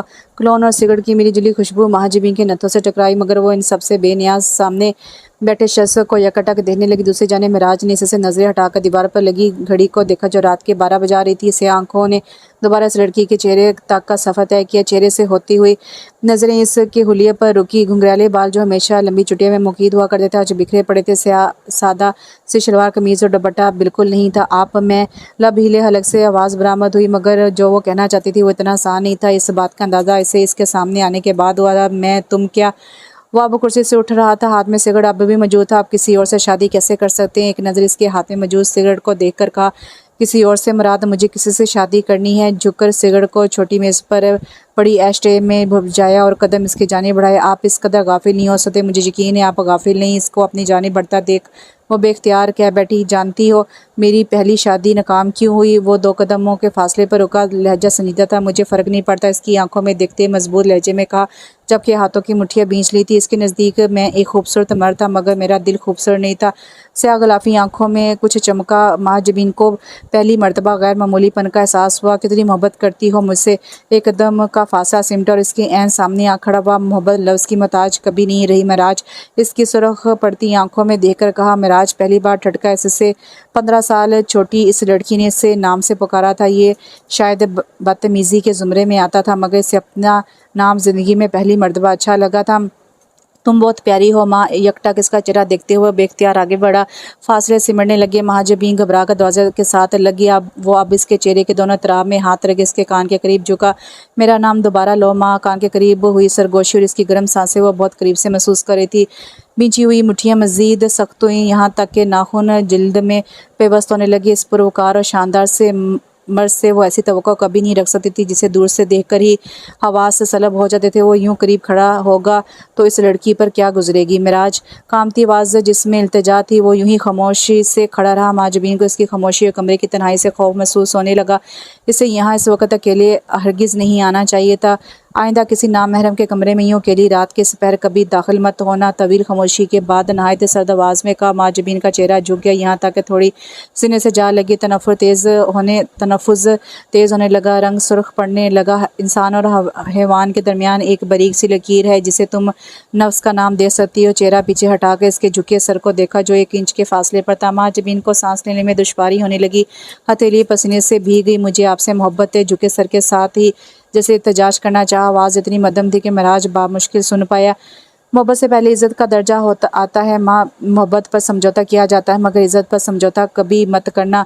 उम्मीद है तुम मोहब्बत पर अपनी इज़्ज़त नफ्स को तरजीह दोगी, क्योंकि बावकाल लड़कियों को यही ज़ेद देता है कि वो मोहब्बत खैरात में ना मांगे। ठंडे ठार लहजे में बावर कराया। माजबीन का चेहरा आहनत से सुर्ख पड़ने लगा। आसपास ऑक्सीजन की कमी सी महसूस होने लगी थी। मेरा चंद लम्हे इसकी आवाज़ का मुंतज़िर रहा, फिर हाथ बढ़ाकर से बाजू से थामा। माजबीन ने झटके से सर उठाकर से देखा। सुरमई सूजी हुई आंखों में आंसू के साथ वहशत नाचने लगी। मिराज ने बाजू से खींचकर से एक तरफ किया, दूसरे हाथ से दरवाज़ा पूरा वाह किया और नरमी से दहलीज के पार कर दिया। महाजबीन बहुत अच्छी लड़की है, इसकी आंखों में देखते अपने अल्फाज पर जोर देकर कहा और दरवाज़ा बंद कर दिया। इसका जुमला अपने अंदर बेशुमार मायने समाये हुए था। वो इन सब मायने से बाखूबी आगाह थी। कुछ साथी गुजरी। दरवाजे से नज़र हटाकर वो पाँव को जहमत देती अपने कमरे की सिमत चलती। ज़हन की स्क्रीन पर इस शख्स का चेहरा जैसे चिपक कर रह गया था। बाजू पर अभी भी इसका लम्स महसूस हो रहा था। कान और गर्दन पर इसकी गर्म सांसें अभी भी ताज़ा थी, और इसके अल्फाज वो तो शायद ताउम्र इसको हिफ्स रहते। पीछे मेराज आगा न जाने कितनी देर दरवाजे के साथ लगा खड़ा रहा। वो अपने नफ्स को शिकस्त देने में कामयाब ठहरा था, वरना कमरे की खामोशी, तन्हाई, गम और शैतान सब एक साथ दिल दिमाग पर हमलावर हुए थे। वो अपने कमरे के बिस्तर पर नीम दराज वो कोई किताब पढ़ रहे थे। नज़र का चश्मा नाक पर टका रखा था। चाय का भाप उड़ाता मग बेड से मुंसलिक मेज़ पर पड़ा था। सुरमई आंखें किताब के सफ़े पर दाएं से बाएं दौड़ रही थी। चंद लम्हे सिर के जब दरवाजे पर दस्तक हुई। आ जाओ, मसरूफ़ सी आवाज़ उभरी। मुकाबले ने दरवाज़ा खोला और आसत से अंदर दाखिल हुआ। अल्ताफ़ साहब ने किताब से सर उठाकर आने वाले को देखा। मुकाबले ने एक नज़र ने देखा, फिर सर झुकाकर छोटे छोटे कदम उठाता इनकी जानिब बढ़ा। जो कि सर और नज़रों के साथ ही किताब इनकी हाथ से लेकर एक तरफ रखी और सर इनकी गोद में रखे बेड पर इनके करीब ही दराज हो गया। अल्ताफ़ साहब जो इसकी एक एक हरकत पर गौर कर रहे थे, इसकी आखिरी हरकत पर मुस्कुरा उठे। मुझे माफ़ कर दे बाबा, आपको नाराज़ किया और माफ़ी मांगने में देर कर दी। आवाज़ बोझल सी थी। बाप अपनी औलाद से नाराज़ नहीं रह सकते। इसके स्याह घने बालों में हाथ चला कर कहा, मामा की बहुत याद आ रही है। आवाज़ मज़ीद भारी हुई। अल्ताफ़ साहब चूँकि क्या बात है, वह हाज फ़िक्रमंदी से पूछा। जो हमारा नसीब नहीं होता, अल्लाह इसकी चाहत दिल में क्यों डालता है बाबा। एक आंसू आँख से खामोशी से आज़ाद हो गए। तुम्हें कैसे मालूम जिसकी चाहे वो तुम्हारा नसीब नहीं है। आवाज़ में शफ़क़त और नरमी थी, क्योंकि चाहत तो दो तरफ़ा होनी चाहिए ना। मगर यहाँ मैं अकेला इस मोड़ पर खड़ा हूँ जिसके आगे कोई रास्ता ही नहीं है। आंसू मतवातर अब आंखों से बहते जा रहे थे। जानते हो ईमान क्या है, रास्ता ना पाकर भी रास्ते की तवक्को रखना, खाली हाथ रहकर भी इन हाथों के भर जाने की उम्मीद रखना, सहरा में तड़पते हुए भी पानी मिल जाने की आस लगाए रखना। वो एक लम्हे के लिए रुके। तुम भी ईमान रखो, वो बेहतरीन से नवाजेगा। जो नहीं दिया इससे दिल फेर देगा, जो देगा इसकी जानिब दिल लगा देगा। बस ईमान रखो, ये नहीं डगमगाना चाहिए। कमज़ोर पड़ा तो ज़िंदगी तंग पड़ जाएगी बेटा। लहजे की नरमी और अल्फाज की तासीर वहाज के ज़ख्मों पर मरहम का काम करने लगी। वो रोते हुए अफसुदगी से मुस्कुराया। चंद लम्हे लेटे रहने के बाद सर उठा। इसका चेहरा तर चेहरा देखकर अल्ताफ साहब ने हाथ बढ़ाकर इसका चेहरा साफ किया। किसकी चाहत दिल में लिए बैठे हो वहाज? सुरमई आंखों में सोच की परछाइयाँ थी। ला हासिल की बेसाता इसके मुंह से निकला, मगर मैं अल्लाह से शिकायत नहीं करूँगा, मुझे इसका इंतखाब दिल की गहराइयों से कबूल है।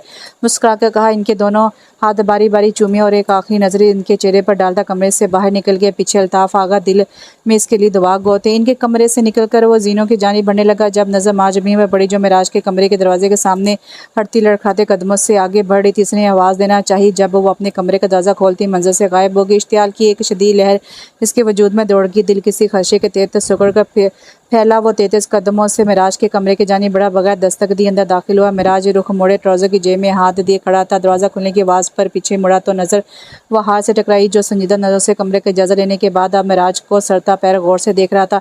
मेरा भाई आज पहली मर्तबा मेरे कमरे में आए हैं, मुझे भी अक्सर हो जाया करते हैं, मुस्कुराती आवाज़ में कहा, मगर नज़रें जो इसकी स्याह आंखों से टकराए तो मुस्कुराहट मदूम होती चली गई। वो आस्था से मुर्दा सामने कुर्सी पर वापस जा बैठा। माँ जबीन से दूर रहें, वो जज्बाती और नादान है, इसकी मासूमियत का फ़ायदा उठाने की गलती मत कीजिएगा, सर्द लहजे में कहा और एक झटके से मुड़कर कदम मेराज की आवाज़ पर रुक गए।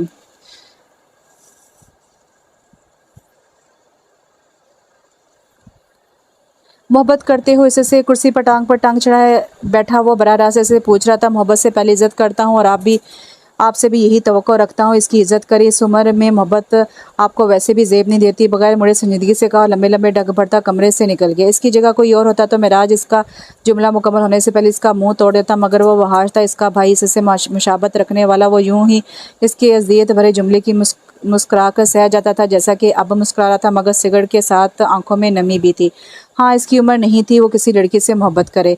सर्दियों की खूबसूरत सपहर थी। जनवरी के दिन शुरू हो चुके थे। आसमान पर बादलों के साथ आंख मचोली खेलता सूरज मौसम को खुशगवार बना रहा था। आगा मेंशन अपने सुकून पर शान और शौकत के साथ कायम दायम था। बागीचे में लगा पीपल का दरख्त तन कर खड़ा था। इसकी छाँव में लगा वो लकड़ी का बेंच जिस पर बैठा वो 21 साला लड़का जो सर झुकाए अपनी फूफो की बातें सुन रहा था। फासले पर घर और मोहल्ले के बच्चों का वही ग्रुप जो खेल कूद में मसरूफ था, मगर इस ग्रुप का एक फर्द जिसकी आंखें मिराज के चेहरे पर टिकी थी। अपने कमरे को साफ रखना सीखो, मुलाजिम को और मुलाजमा को और भी बहुत से काम होते हैं। वो क्या सारा दिन तुम्हारा कमरा ही साफ करती रहे? राबे बेगम 10 मिनट तक इसके सर पर खड़ी एक ही बात पर इसे सुनाती रही और बिला आखिर से अकेला छोड़ती अंदर की जानिब बढ़ गई। वो अब सर झुकाए लकड़ी के बेंच पर उंगलियों से लकीरें खींच रहा था। चंद लम्हे सिरके के जब कोई होला इसके आकर करीब रुका। महाराज ने से आंखें जरा उठाई। सामने खड़े वजूद के साए पर नजर पड़ी। 2 पोनियां वाज़ह थी नजर इससे ऊपर की जानिब बड़ी घास पर रखे इसके छोटे छोटे गुलाबी रंग के जूते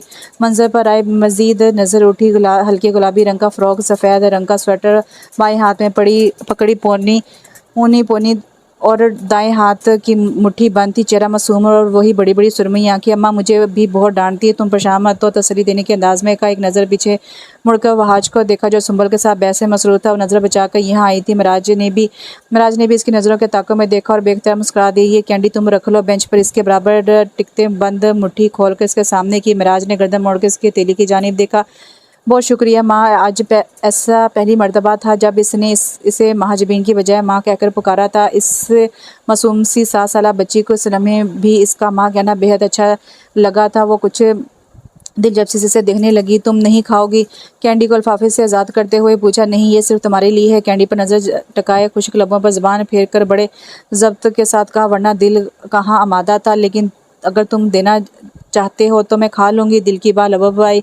मेराज बेसादा हंस दिया। वहाज कहता है मैं तुमसे दोस्ती ना करूँ? कुछ याद आने पर वो सूर कर कहने लगी। मेराज ने चौंके से देखा, हरकत करता हाथ थम गया। तुमने क्या कहा? नजरें इसकी 2 पोनियों पर रुकी। घुंघराले बालों की ये पोनियाँ इसे पसंद थी।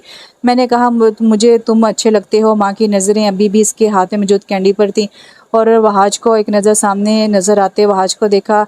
इसे तुम पसंद नहीं हो? कैंडी से नज़रें हटाकर इसने भी वहाज को देखा और मुँह बसूर कर अपनी बेबसी का भी इजहार किया कि जिससे मेराज को पसंद करना लाजम था, मगर वहाज ने उल्टा कदम उठा लिया था। मेराज ने लब बींच लिए, आंखों में उदासी उतर आई थी। कैंडी को वापस महाजबीन के हाथ में थमा दिए। तुम्हें पसंद है, तुम खाओ। मोहब्बत से इसे पचकारा और बेंच से उड़ता अंदर की जानिब बढ़ गया। महाजबीन मज़े से कैंडी खाती इसकी पुश्त को तक रही थी, यहाँ तक कि नज़रों से ओझल हो गया था। उठो माज भी, ये दुआ खा लो। राबे बेगम ने दूध का गिलास और चंद गोलियां बेड से मुंसलिक छोटी मेज पर रखकर इसे पुकारा, जो बिस्तर पर बेसुध पड़ी थी। माज भी ने लहाव से सर बाहर निकाला और बगैर इन्हें देखे बिस्तर पर नींद दराज हो गया। अब वो दुआ खा रही थी और राबे बेगम खामोश नजरों से देख रही थी। कब तक यूं ही कमरे में बंद रहोगी? इसके करीब ही टिकते संजीदगी से पूछा, मेरी तबीयत ठीक नहीं। दूध का गिलास खाली करते जैसे इन्हें याद दिलाया, तबीयत नहीं बल्कि तुम्हारा दिमाग ठीक नहीं। उम्र का ही फर्क देख लेती, इसकी उम्र इतनी ज़्यादा नहीं, लेकिन तुम अभी छोटी हो। मुझे इस कहानी का कोई सिरा नज़र नहीं आ रहा। बेहतर होगा तुम इस ख्वाहिश को दिल से निकाल दो। वो एक मर्दा फिर इससे लताड़ने लगी। महाजबी ने सूजी हुई सुरमई आंखों से इन्हें देखा, जो अब गिलास उठा रही थी। आज बाबा मेरे साथ होते तो अपनी बेटी के लिए ज़रूर कुछ ना कुछ करते। इन्हें मेरे आंसू बर्दाश्त ना होते, वो पूरी दुनिया महाजबी के कदमों में ला कर रख देते, मगर अफसोस वो यहाँ मौजूद नहीं है। शिकवा करना लहजा और आंखें। राबे बेगम का हाथ साकित हुआ। गर्दन मोड़ के से देखा, जो हाथ की पुश से आंसू साफ कर रही थी। वो खामोशी से कमरे से बाहर निकल गई। अब इनका रुख अल्ताफ आगा के कमरे की जानिब था, जिसने बाप की कमी पूरी करने का दावा किया था। आज इसके इम्तिहान का वक्त था। मैं चाहती हूँ कि आप खुद इससे बात करें, इसके बाद आपका जो फैसला होगा माजबी से हर हाल में कबूल करेगी। अदब के साथ मौजूद मजबूर लहजे में कहा। सामने बैठे अल्ताफ आगा के चेहरे पर सोच की परछाइयाँ फैलने लगी। तुम बेफिक्र हो, मैं बात करता हूँ। इन्हें तसल्ली दी और कमरे से निकल गए। माजबी के कमरे में दाखिल होने से पहले दस्तक दी और आस्था से दरवाज़ा खोलते अंदर दाखिल हुए। वो बिस्तर पर नीम दराज थी, मुरझाई हुई रंगत, सुर्ख पड़ती सुरमई आंखें, सलवार ज़दा कपड़े। वो कहीं से भी शौक चंचल सी माजबी सुल्तान नहीं लगती थी। क्या मेरी बेटी के पास थोड़ा सा वक्त होगा? अपने मामू के लिए बिस्तर के करीब आते मलामत से पूछा। माजबी की आंखें एक मर्दा फिर नम हुई। इसने आशा से इस बात में सर हिलाया। अल्ताफ साहब आगे बढ़ते हुए इसके सर पर हाथ रख गए। बिस्तर पर एक तरफ बैठते वो खामोश नज़रों से इसका चेहरा तकने लगे। खामोशी का वक्फा तवील था। माजबी का सांस अटकने लगा। पसंद करती हो मेरे बेटे को? चंद सातों बाद कमरे की फिजा इनकी भारी आवाज़ गूंजी। माजबी का सर झुक गया। वो कतरा रही थी। जी। हिम्मत जमा करती हो बिला आखिर करार करके, क्या चाहती हो? अब शादी? मदम आवाज़ में पूछा। उम्र का फ़र्क याद है मुझे? फ़र्क नहीं पड़ता। इसकी नाकाम शादी याद है मुझे? इससे भी फ़र्क नहीं पड़ता। अल्फाज वही थे जो पहले दिन से अदा करती आ रही थी। वो राज़ी ना हुआ तो जाती नज़रें इसके बामुश्किल नज़र आते चेहरे का तौफ कर रही थी। इसके बरजस्ता जवाबात इन्हें मुतासिर करने के लिए काफ़ी साबित हुए थे। अब की बार माजबीन ने सर उठाया था। माजबीन एक अच्छी लड़की है, इसका मायने खेज जुमला कानों के पर्दे पर दस्तक दे गया था। मोहब्बत से पहले इज़्ज़त का दर्जा आता है। इसने हलक तर किया। तुम बहुत प्यारी हो माँ। शीरी खोई खोई सी आवाज़। माजबी ने चंद लम्हों का वक्फा लिया। मैं इनके फ़ैसले की इज़्ज़त करूँगी, मगर मैं चाहती हूँ आप एक बार कोशिश करें मेरे लिए। लहजे में आस थी, मान था, उम्मीद का एक छोटा सा जुगनू था। अपने अल्फाज पर कायम रहना माजबीन सुल्तान, तुम इसके फ़ैसले का एहतराम करोगी? एक एक लफ्ज़ पर ज़ोर देकर जैसे इससे ये बात ज़ेर नशीन करवाई। माजबीन चंद लम्हे इन्हें देखती रही, फिर सर को हौले से इस बात में जनिश देगी। ये एक मुश्किल काम था, नहायत ही कठिन अमर, मगर इसके पास कोई दूसरा रास्ता नहीं था। इंसान बहुत से मामलात में बेबस होता है, यहाँ तक कि इसकी ज़िंदगी का अख्तियार भी इससे छीन लिया जाता है। इसकी खुशी और गम दूसरों के हाथों में चले जाते हैं। अल्ताफ़ आगा ने इसके सर पर हाथ रखा। माजबी ने तिरछी निगाहों से इनके चप्पल में मुकीद पाँव को देखा। मैंने बाप बनकर पालने का वादा किया था और मैंने अपने इस वादे को आखिरी सांस तक निभाऊंगा। मेरा बेटा मिराज मेरे नज़दीक एक बेहतरीन मर्द है, मदम लहजे में कहा और एक आखिरी नज़र से देखते हुए कमरे से बाहर निकल गए। शाम के साए गहरे हो रहे थे। तारीखी हर शय को अपनी गोश में ले रही थी। सूरज मगरिब के सफ़र पर निकल चुका था। अपने कमरे के सोफे पर वो सर झुकाए बैठा था, कोने घुटनों पर टकाए, हाथों की उंगलियां बाहम पे फंसाए। चेहरा संजीदा था। गीले बाल जो कतरे माथे पर आ चुके थे, इनसे पानी के शफाफ कतरे यकबार दीगर बहते जा रहे थे। वो अभी नहाकर ही निकला था जब कमरे के दरवाजे पर दस्तक हुई और अल्ताफ़ साहब हाज के हमरा अंदर दाखिल हुए। अब इसके सामने रखी मेज़ के पार मौजूद डबल सीटर सोफे पर बैठे से देख रहे थे। अल्ताफ़ साहब का चेहरा कदर संजीदा था, जबकि वह हाज मेज़ की सतह को घूरने में मसरूफ़ था। स्याह जीन्स पर सफ़ेद टी शर्ट पहने वो नौजवान चंद ही दिनों में उजड़ा हुआ मालूम हो रहा था। ये माजबीन के साथ ज़्यादती है। खामोश माहौल में इसकी भारी महसूस लहजे से भरी आवाज़ गूंजी। ये इसकी ख्वाहिश है मिराज? अल्ताफ़ साहब ने बालों कराए। मैंने इसे कभी इस नज़र से नहीं देखा बाबा। वो उम्र के लिहाज से मुझसे छोटी है। इसकी नादानी समझकर बात ख़त्म कर दें। मुफाहमती अंदाज में कहता वो एक सरसरी सी नज़र वहाज पर डाल गया, जो बुत बना साकत बैठा था। गोया कमरे में अकेला मौजूद हो। तुम मेरी ख्वाहिश का एहतराम करोगे और मैंने अपने बेटे से हमेशा यही तवक्को रखी है। तारीख गवाह है कि मिराज ने कभी अपने बाप को शर्मिंदा नहीं होने दिया। लहजे में मान था। मुमकिन है इस मर्तबा मैं आपकी बात का पास ना रख सकूं। वहाज से नज़रें हटाकर मदम लहजे में वापस हाथों को घूरते हुए कहा, तुम्हारी मर्जी है। ज़ोर ज़बरदस्ती करने की उम्र ना तुम्हारी और ना ही मेरी। एक गहरा सांस भरकर वो सोफे से उठ खड़े हुए और बाहर की जानिब कदम बढ़ा गए। इनके जाते ही वहाज ने सर उठा के से देखा, जो अभी भी अपने हाथों को घूर रहा था। किस कदर खूबसूरत नसीब था इस शख्स का जिसको चाहने वाली माँ जबीन थी। चंद लम्हे खामोश नज़रों से इसे देखता रहा, फिर एक झटके से उठ खड़ा हुआ। इतनी आसानी से इससे दस्तबरदार हो जाओगे? महराज ने नज़र उठाकर इसके नीम रुख को देखा, जो इसकी आवाज़ सुनते ही रुक चुका था। मोहब्बत में ज़बरदस्ती नहीं चलती, इसकी चाहत का मैं दिलो जान से एहतराम करता हूँ। जज्बातियत में कोई ऐसा कदम उठाने की गलती नहीं कर सकता जो इसके पाक जज्बे की तौहीन कर डाले। ठहर कर कहता वो कमाल ज़ब्त का मुज़ाहरा कर रहा था। सियाह आंखों के गोशे सुर्ख हो रहे थे, अंदाज में इसराब झलक रहा था। मैं इसे डिज़र्व नहीं करता, शायद इसकी इतनी कदर ना कर पाऊँ जितनी तुम इससे मोहब्बत करते हो। अल्फाज शिकस्ता से होने लगे थे, बेबसी अपने अरूज को छूने लगी। क्या मैं आपसे गुजारिश कर सकता हूँ? वो जो मुकम्मल तौर पर पढ़ने वाला था एकदम रुका, इसकी जानिब मुड़ा और सियाह आंखों से इसे देखा। महराज ने इसी अंदाज में निगाहें उठाई। इससे शादी कर ले, यूँ इसका दिल मत तोड़ें, इससे ला हासिल की आग में जलने से बचा ले। मुझे इसके आंसू तकलीफ़ देते हैं, अगर वो आपकी वजह से ताउम्र आंसू बहाती रही तो जीते जी मैं भी मर जाऊँगा। इल्तिजाई अंदाज में कहता और सामने बैठे 37 साला मर्द को लब बींचने पर मजबूर कर दिया। आज पहली मर्तबा इस 22 साला लड़की की आंखों में अपने लिए गुस्सा, नफरत, नापसंदगी और नागवारी के सिवा कोई एक जज्बा दिखा था, और वो उम्मीद का एक जुगनू था जो इन दो नफूस के बीच एक लम्हे में रोशन हुआ था।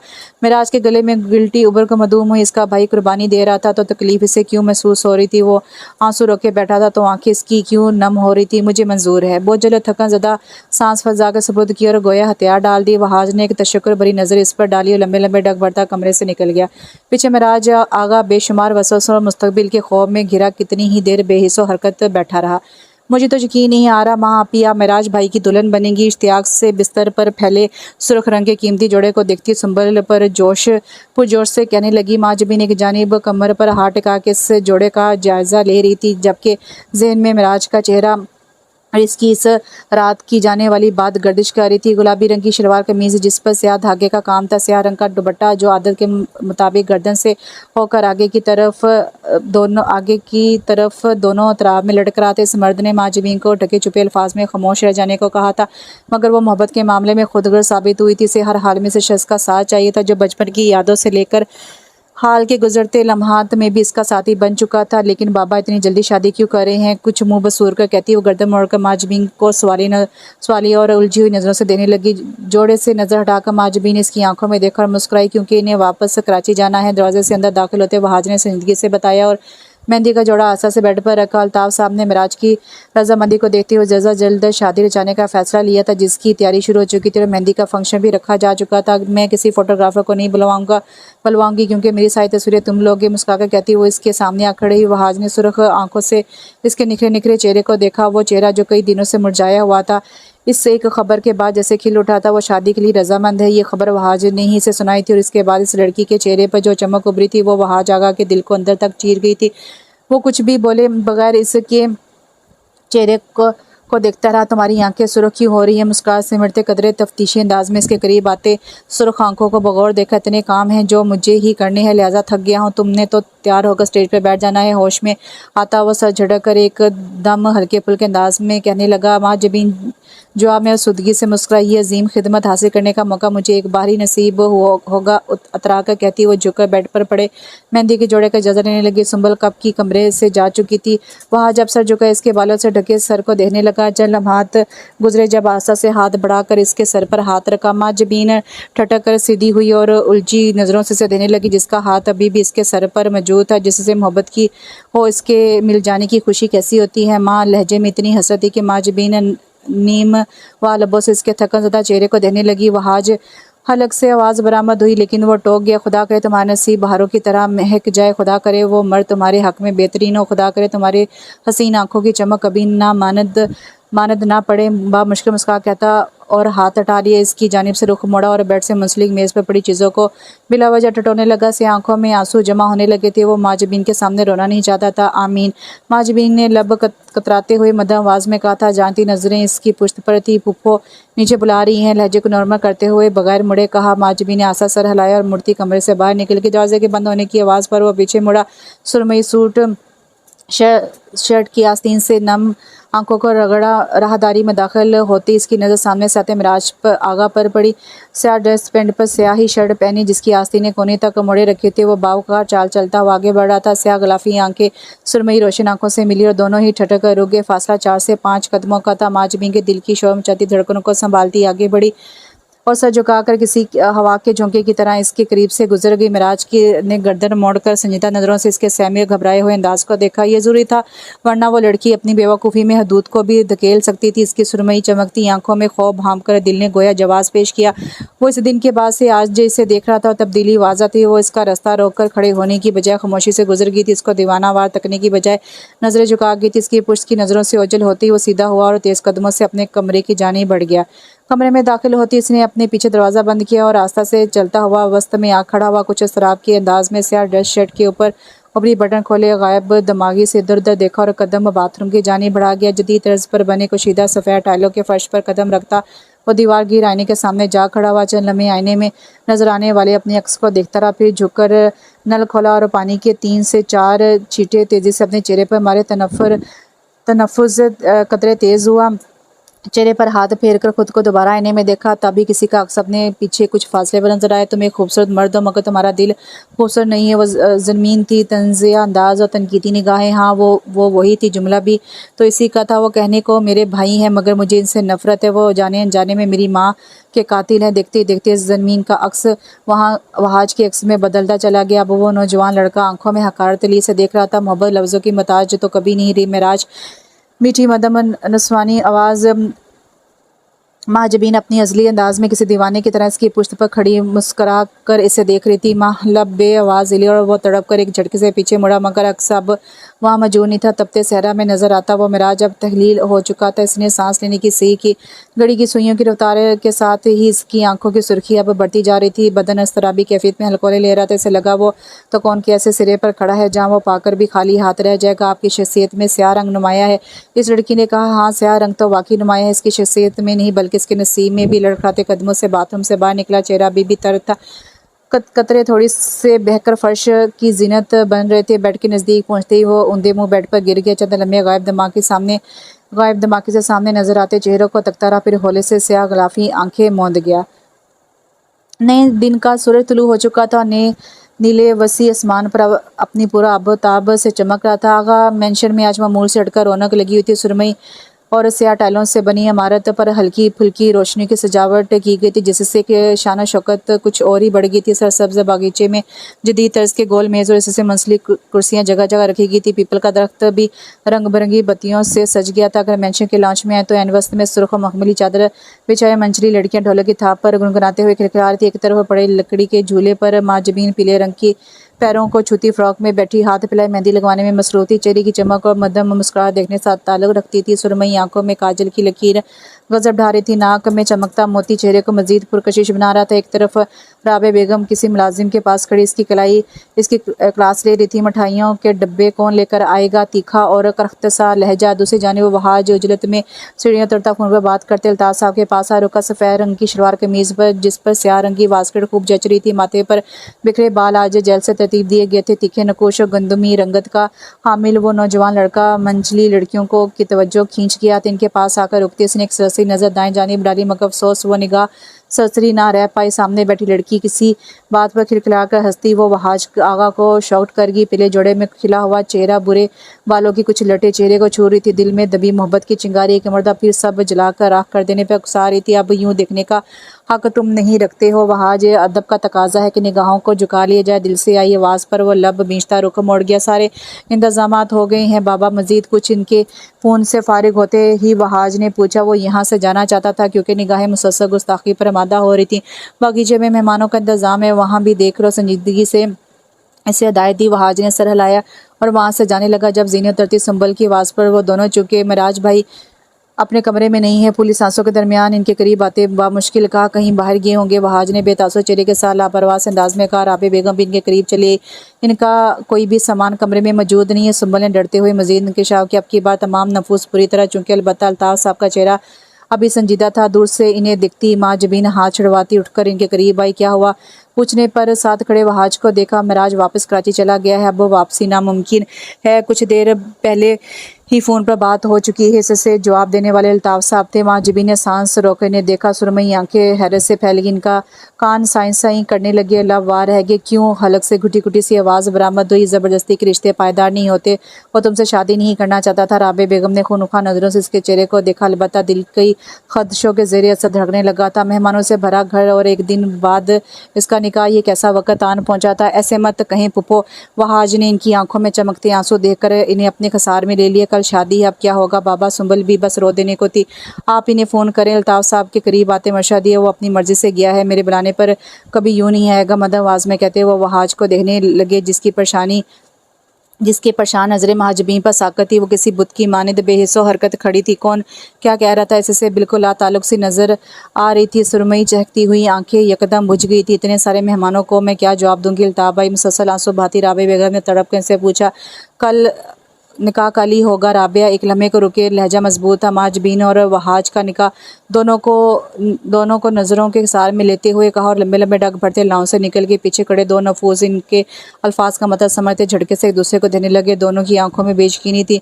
मेरा बच्चा। राबे बेगम वहां से लिप कर फिर से रोने लगी। माजबीन ने इसकी आंखों में देखते हुए हौले से एक कदम पीछे लिया और झटके से मुड़ती जीनियों के जानिब बढ़ गई। वहाज इसकी नज़रों से ओझल होने तक बिना पलके चुपकाए से दिखता रहा। क्या मौजे वाकई हो जाते हैं। सूरज अपनी आखिरी झलक दिखाता मगरिब में गरूब हो चुका था। आपके से आसमान पर चांद था जो मीठी मीठी सी मध्यम रोशनी से तारीक रात को सीन बना रहा था। रोशनी में नहाया हुआ आगा मेंशन अब वीरान हो चुका था। मेहमानों को कल के निकाह की दावत के साथ जैसे तैसे करके रफ़ा किया जा चुका था। माजबीन अपने कमरे में बंद थी। सब एक दूसरे से कतराए फिर रहे थे। वो थके कदमों से लॉन्च में दाखिल हुए। वही सफ़ेद कुर्ता शलवार जिस पर वास्किट अब गायब थी, कफ कोने तक पहुंच चुके थे, बाल बिखर कर परेशानी भी गिर चुके थे। वो आगे बढ़ता जब अल्ताफ़ साहब की आवाज़ पर चूम कर पीछे मुड़ा, पुश्त पर हाथ बांधे वो कदम चलते उसके नज़दीक और उसके हुलिये को बगौर देखा। आप जानते थे कि वो चले जाएंगे? वहाज ने बेसाख्ता सवाल किया। अल्ताफ़ साहब ठटके नहीं बल्कि पुरसकून से अंदाज में सरस बात में हिला गए। माजबीन का क्या कसूर है? से आंखों में शिकवा दर आए, लब बींच के। याद रखना वो हमेशा बेहतरीन से नवाजता है। इसकी आंखों में अपनी सुरमई आंखें गाड़ते हुए इसे लाजवाब कर दिया। अब वो भला क्या कहता? ये हमारे ईमान का तकाजा है, लिहाजा शिकवा कभी ना करना। एक एक लफ्ज़ पर जोर देकर कहा। मैं क्यों करूँगा? लेकिन क्या यही वजह है इनके चले जाने की? वो अब भी उलझा हुआ था। तुम्हारे फ़ोन पर मेराज के नंबर से एक मैसेज आया होगा, इसे पढ़ो और हर वजह जान लो। संजीदगी से आगे बढ़ते हुए इसके सर पर हाथ रखा और मुड़ते हुए नज़रों से ओझल हो गए। वहाज कुछ घड़ियां साकत खड़ा रहा, फिर सर झटकर ऊपरी मंजिल की जानिब बढ़ा। कमरे में दाखिल होते ही गिरने के अंदाज में बिस्तर पर बैठा। उन्होंने माँ जबीन को तकलीफ़ दी है, मैं इन्हें कभी माफ़ नहीं करूँगा। से आंखों में तपिश थी। माफ़ इसने किया ही कब था? ना बचपन में और ना ही आज। एक नज़र गर्दन मोड़कर पास पड़े सेल फोन को देखा। मिराज का मैसेज आया था मगर वो खोलकर देखना नहीं चाहता था। इसे अंदाज़ा था कि वो माजरत करेगा, माफ़ी मांगेगा और फिर कई सालों के लिए राब्ते ख़त्म कर देगा जैसे वो हमेशा किया करता था। एक गहरा सांस भरे इसने फ़ोन उठा लिया। पढ़ लेने में क्या हर्ज है? लोग मुझसे मेरी शादी के नाकाम हो जाने की वजह पूछते हैं मगर मैंने कभी ऐसे लोगों के लिए टॉपिक ऑफ द टाउन नहीं बनने दिया। वो मुझे बेहद अजीज़ थी। मुख्तसर अरसे में इससे वाबस्तगी मुझे पुरसकून कर गई थी। मैं इसे लाहौर तुम सबसे मिलवाने के लिए लाना चाहता था मगर एक दिन इसने मुझसे कहा कि वो मुझसे तलाक चाहती। इसका बेहतरीन दोस्त इसे प्रपोज़ कर चुका है। वो अब मेरे साथ नहीं रहना चाहती। मैं अल्फाज में नहीं बता सकता कि इस दिन इस औरत के अल्फाज ने मुझे कितनी तकलीफ़ दी थी। मैं माँ जबीन की आंखों में अपने लिए पसंदगी अरसा पहले देख चुका था मगर मैं नहीं जानता था कि वो नादान लड़की मुझसे शादी की ख्वाहिश रखती है। इस तवील मैसेज को पढ़ते हुए वो दिल के किसी नहा खाने में एक अज़ीज़ सी महसूस कर रहा था। मिराज के हवाले से इसका दिल कभी मोम नहीं हो सका था मगर आज इन अल्फाज की तासीर थी जो पत्थर पर बूंद बूंद टपक कर सुराख करती जा रही थी। क्या मत तो इस रोज़ आई जब मालूम हुआ कि तुम इससे मोहब्बत करते हो। तुमने मुझसे ये तवक्को कैसे रख ली वहाज कि मैं तुम्हारी पसंदगी पर अपनी मजबूरी को तरजीह दूंगा? तुम मुझे हमेशा से अजीज़ थे। मेरा दिल बारहा ये ख्वाहिश करता कि तुम किसी रोज़ मेरे पास और मुझे गले से लगा कर कहो कि मिराज भाई, ये ख्वाहिश आज भी मेरे दिल में ज़िंदा है। मुझे मालूम होता कि आगा मेंशन पहली मरतबा आने के बाद ये हादसा पेश आ जाएगा तो खुदा की कसम मैं कभी यहाँ ना आता। मैंने तुम्हारी माँ को कत्ल नहीं किया, वो तो मेरी भी माँ थी ना।